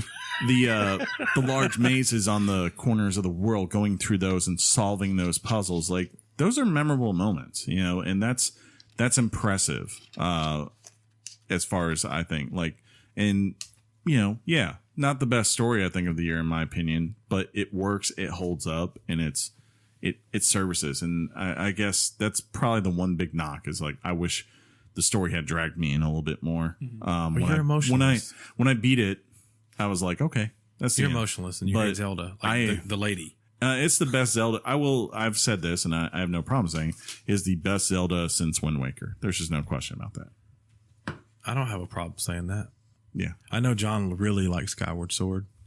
I checked out of the series at Skyward Sword, and I kind of hate that I did. Let me tell you, I mean, if you got time for it, it's very quick. The reason I love Skyward Sword so much is, one, I think it's, to your point about story, it's the best story that's fair. Narratively that the series ever did. But from a sentimental point of view, me and Clarissa spent our first Thanksgiving together that year. Yeah, you did. Wait, what? Yeah, we did. And I bought a copy of it. Did you say we? Sean said, yeah, we did. I bought a copy of it. Sorry. I bought a copy of it. I bought her a copy of it. She put it in her Wii. I put it in my Wii. Yeah, you did. Is that what you call it? And we spent Thanksgiving. Did you waggle it? No. Did you get the gold edition? It was 1-to-1 motion control. With the gold yeah, I got that remote. Did you shoot your bow and arrow? I'm going to finish this if it kills you. But we played that game together in the same room during Thanksgiving. back to back. So I mean, but it's just, that game's special. And I like that. I like that you So, shared that. You know, it's just People go through that. I mean, sometimes a moment happens and it really doesn't matter what the rest of the world It's like thinks. Greg- That's your thing. yeah, it's like Greg Miller and Yeah. Yeah, it's just like what's that. What's that superhero game he played? Injustice? Superman. No, Oh, you know what I'm talking- Infamous. Infamous, yeah, Yeah. which is a great game, by the way. Yeah, I mean, everyone goes through life experiences. Like, there have been people, there was someone I remember who said, like, the reason why they have such an attachment to Fallout New Vegas is that they had broken up with a girlfriend. And basically, that's how they got over the depression, once they just put all their soul into Fallout New Vegas for about 300 hours. Yeah. And it sometimes And it works. Sometimes it bees like that, yo. So, Has it come to this? yeah. Is it time? Does everybody do everyone? All I know is, all right, for Chris, we haven't heard Cuphead from his mouth. Really, yeah. We haven't heard Zelda, which now I'm going That was at one point in the top 5. It got cut. And I would say now it's number 6. that was one of your tough ones. It was, I had a very hard talk with myself about Zelda. And That's I went why the back neighbor and moved forth. out. And I have to say, the thing that pushed out was that I read comments about someone that John and I both have read at some point that I well respect. And You I let was like, something and me and him influence you. were like, yeah, I was like, wow, me and him actually have some shared points on that. And then I kind of went back and I thought about Horizon. I was like, I can't leave that off. That's got to be on my they list. could both be on. yeah. You know, you and me both. We platinumed that game this year. Exactly. I was like, how do I not put that on there? You know, You Platinum Horizon? yeah, I owe Yeah. The most anticipated game of 2017, John. Yeah. The game to play. and Right? and the reason my Breath of the Wild gameplay got derailed was because Horizon. of a damaged Switch. Yeah. So in the meantime, while that was being fixed, I dove into Horizon. And that's kind of why I stopped playing Zelda too, so I wouldn't leave you too far. Thanks, man. You're a good friend. But yeah, 11th though you may be. So we haven't heard Cuphead. What's some other Chris games this year? Watch him have played like Yakuza, That'd be hilarious. Neo was big on his list for a while. The Divine and No. two. Many I mean, originals. he likes I it, liked but it it, ain't a but big yeah, deal. That's a good looking game, dude. it But is I- a very look. I well, really wanted to put Dishonored, the expansion this year on my list. That was Yeah. technically a I had a standalone. bunch, yeah. I like, wanted to put Origins on my list. I wanted to put Mario Rabbids on my list. I want to put Wolfenstein on mine. I wanted to put Pyre on mine. But Oh, yeah, it for didn't. sure. My favorite Didn't game happen. that I just haven't played enough of was Sniper Elite 4. Huh? Yeah, you were big on that game. Dude, that game. You still got it? Yeah, when I sit down and play it, I go all in. Like I'm crawling to kill people. I want to get the trophies on the levels. It's I'd like to get a hold of that. sometime. It's a good Hellblade game. Senua. right. I was Kidding. wondering. Yeah, Yeah. that's What I was like, what's it's a different kind of game for me. It's an impressive game. It mattered to me for so many different reasons, yeah. but it made me Not gonna do it. it connected me with mental illness in a way that I never thought I could be connected to. John thought everyone was fine and perfect. He didn't realize there were problems in the Cinema. world. You also you mentioned Edith Finch. That's big on. Oh, I love that game. I liked mentioned it. I liked it a earlier. lot. I know you don't technically call it a game; it's more of a narrative that you kind of explore in. But it was if you go look at the websites like your Polygons and things of the world, it's up there. Early over the break, I got, because it's free on PlayStation Plus, I got into Batman Telltale with Telltale. That game is good. Is it? Like, Well, I played the it's, opening, I was like, God, this is the most Batman-y thing I've played in a video game. Batman. It's free on PlayStation Yes, this go, month. please, people, go get that game. If you're looking for a platformer and Metroid Samus Returns, which I freaking love, didn't do it for you. SteamWorld Dig 2 is amazing. Dude, All yes. SteamWorld is always good. All the time. All the time. Very good. It's like one of the best things on Switch right now for sure. Is it time? Do I say it? Are we ready? This is your number one. We've already popped. Have we not? I thought we heard it already. No. Okay, I'm We excited. heard his Yes. two. What was your two? Just to recap, your My number 2 is PUBG. Yeah, that was my number 5. Your number 2. right. John Yeah. didn't even know it existed. So Yeah, he was like, who's player unknown? what is this guy? Why is he so famous What's right a now? PC? Is that like a new box? I do love a new box. What? Right?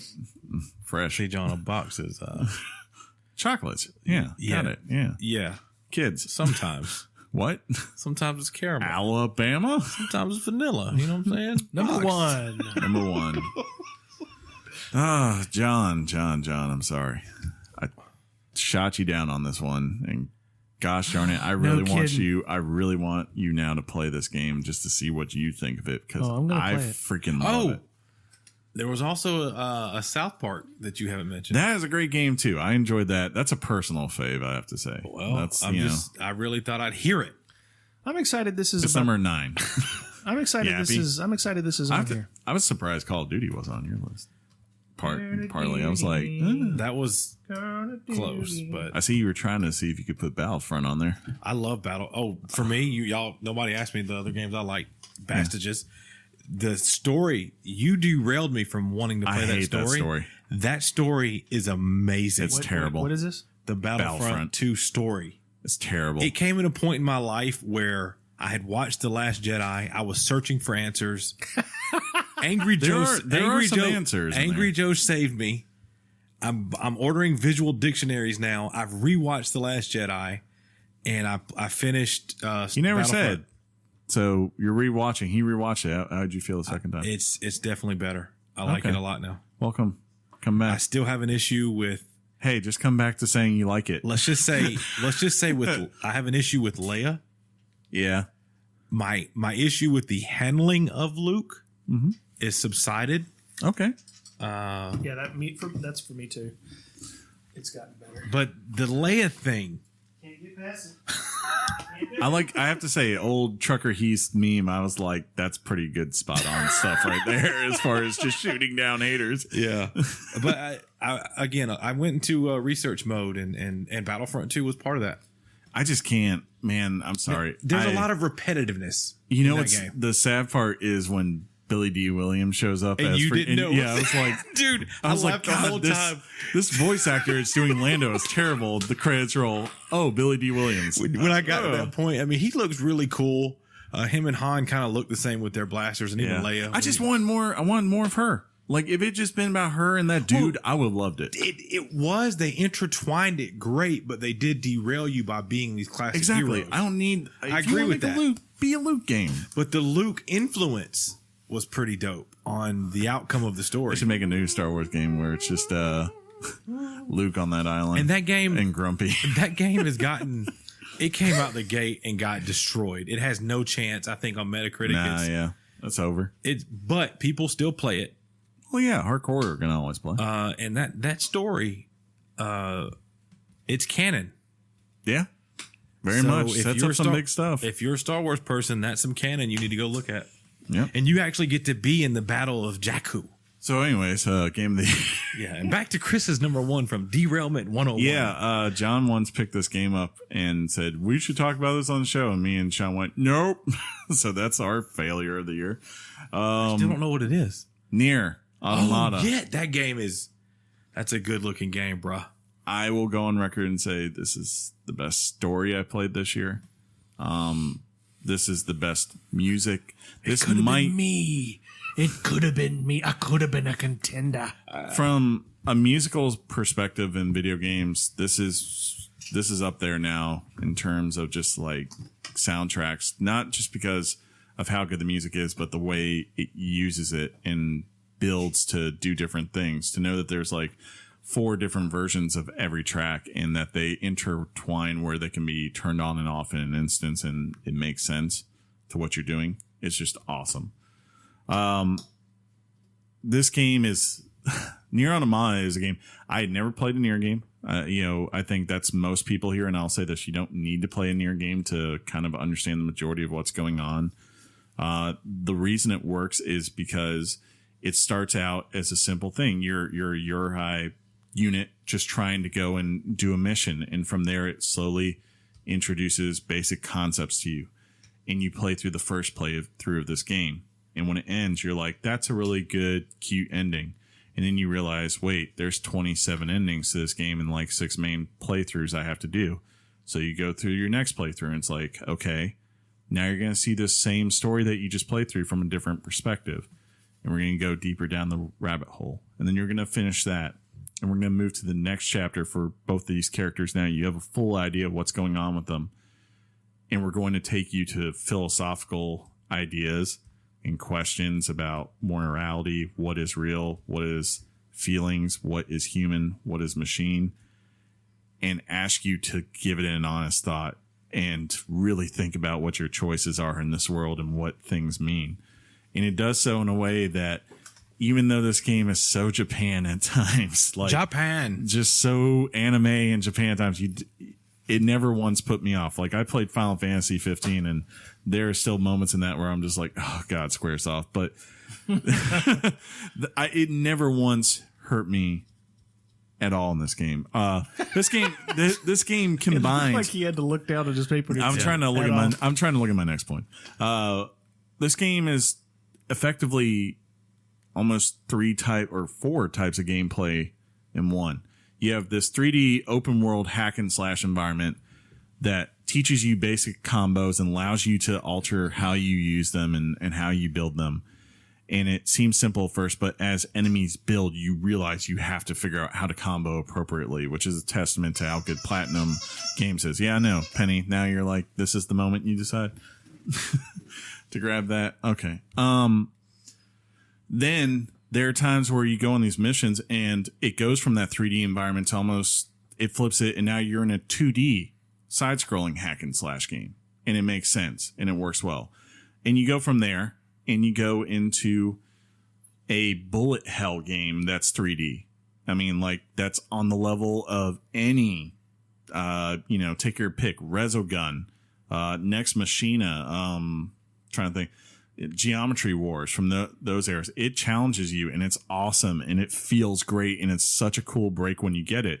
To then, even on top of that, you get this 2D version of a bullet hell game where it's a hacking game, and it's the coolest hacking game because whatever music you're listening to in the world automatically converts into a 16-bit version music of it running in the background. And you're just like, this is so creative. Like, it's clear to me as I played this, like, the visions and the art style and everything that it aims to do, it's very clear the guy, I can't remember his name, the main creator of this, had a vision of what he wanted and he executed it perfectly. That and the relationship between the two main characters, 2B and 9S, I think it's one of the more memorable ones. It's on the level of those classic Cloud and Aeris from Final Fantasy VII, things like that.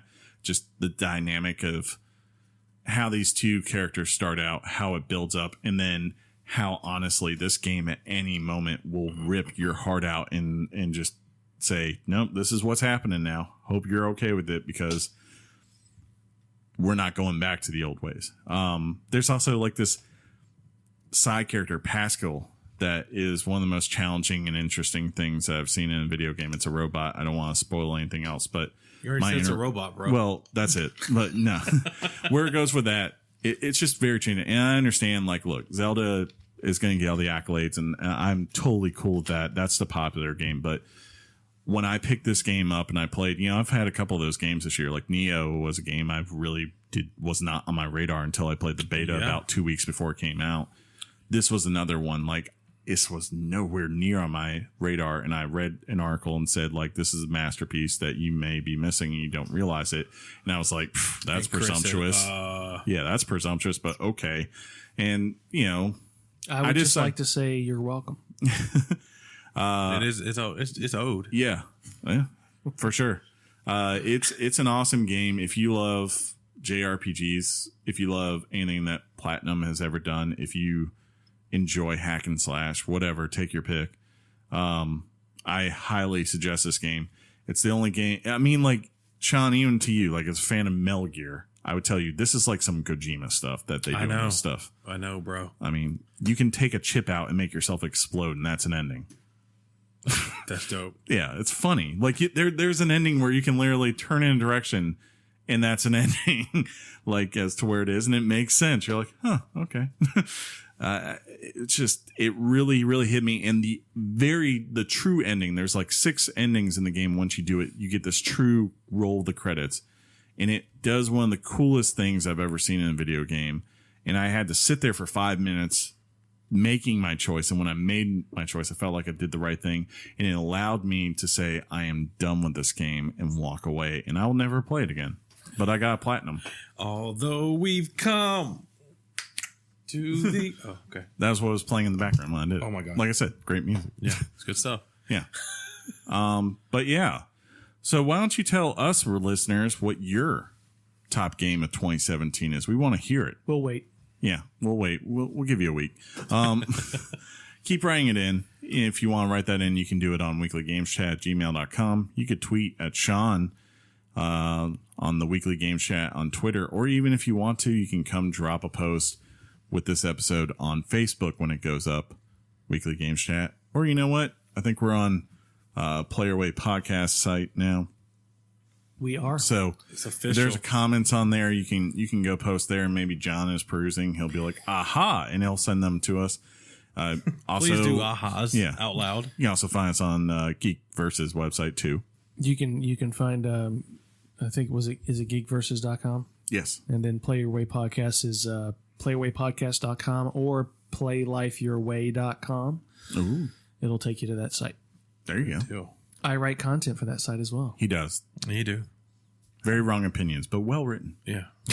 Top notch in the writing department, but Stick the knife, but twist.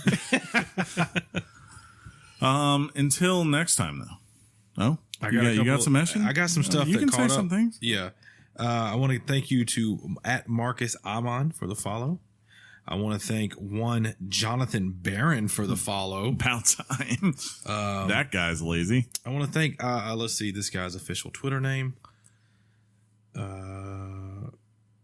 Alex D. Maldo for the retweet of our Christmas yeah. special. Alex Maldonado from Play Your Way Podcast. Yes. I also want to thank Nerdy Aesthetics for the retweet of our music. That was actually very cool that we had a couple of people do that. We had a question come in. Well, actually, I want to give what we call a grats in the business for at Sad Panda Face for finishing Persona 5 Exactly. on 12/30 of 2017. So that was right before the new Payne year. says congrats. Acid Sugar asked us, do you think the way that gamers are ganging up on the devs to change games for, quote, the better is good for the industry as a whole?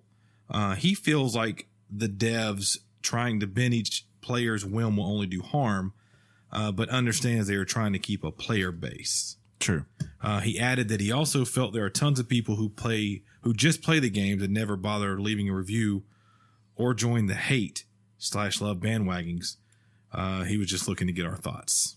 And that would be Acid Sugar is Andrew, my brother-in-law. Yeah. There you go. Just called him out. Are y'all going to answer the thing or? It's not really my wheelhouse.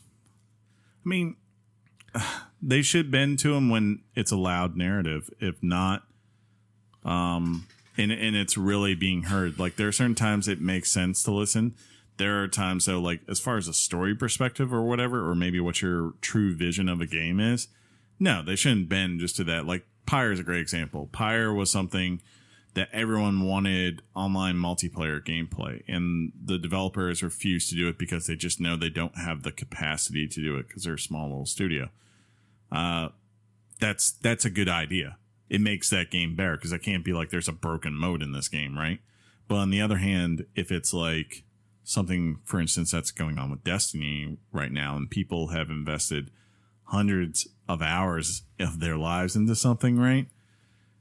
And they have a problem, I think it's like, just like Blizzard is with WoW, it's imperative that they listen to those complaints and take them to heart. You might not be able to change it tomorrow, but you need to keep it in mind as you move forward. Otherwise, eventually, you will get abandoned. Didn't this really come into play when, due to maybe like, when we first started hearing about this idea, like the ending of Mass Effect 3? Yeah, that's one of the ones I always take issue. Like, they shouldn't have broken that. They should have never broke. People were pissed off, and I was like, you missed the point, is how I took it. And the fact that they broke and compromised, I thought was a mistake on their part. You know? At Tyrannotortoise said, hey, at Weekly Games Chat, Merry New Year, Richards.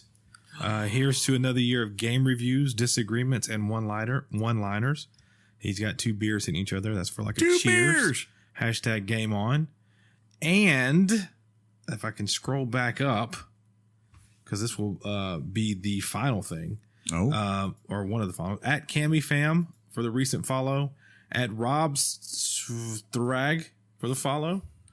Why don't you just let Chris read that? That's Right. that's the thing. sounds like me now. And also, let's see. Oh, and at Baldy Powell, they were listening to our 2-hour podcast about the Star Wars movie, and people seem to be kind of in between. It's almost like our listeners are just like the data that you see on the internet when it came to that movie when it first came out. He said he's in between Sean and John's opinions on it. Leia's thing didn't need to happen. The casino was pointless, and the run out of gas chase. # give me a break. But I will tell you, like I touched on before we started this little segment, if you kind of go and read, maybe see it again, learn a little bit more about the intricate details that movie gave you, that apparently Star Wars has always put out these visual dictionaries for every movie. An example would be the way Leia's wearing her hair in this movie. She has a braid going across the top, which is a standard way to recognize someone in mourning, which would be due to Han. And then think about how she even tries to bring that to light at some point when she sees a character and says, "Oh, it must be my hair." Yeah. There's little things like that if you learn about it, if you care enough about it, if you're a fanboy about it, things start getting a little better.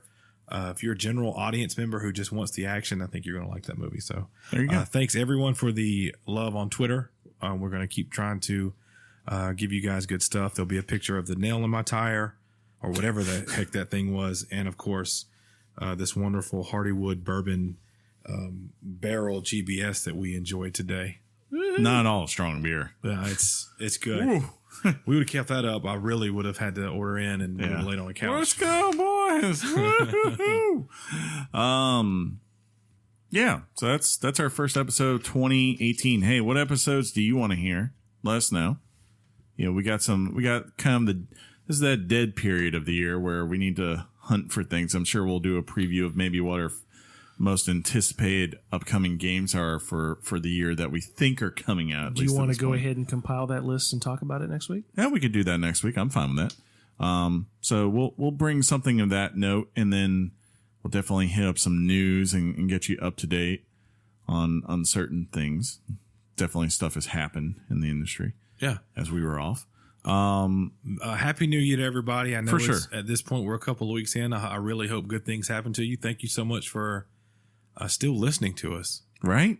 I mean, because we are just a bless you. band full of Richards. In May, this will be 3 years for me. Yeah. And then shortly after that, it'll be 3 for us. Yeah. Yeah.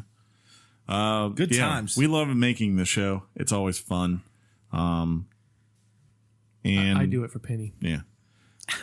Hopefully this finds everyone safe and happy. Until next time, I will simply say, game on, Sean. Game on, Chris.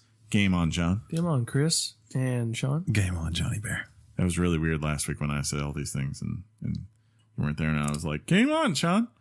John? By the way, props to you on that music episode. Probably Struck a little hard. Probably your best one yet. Yeah, rub it. I mean, what? Thank you. What? Okay, thank you. What just happened? Richard. Gonna go wash my hands now. Right? No teeth. And on that note, What happened? What? your mom's box. Peace out, everybody. Thug life.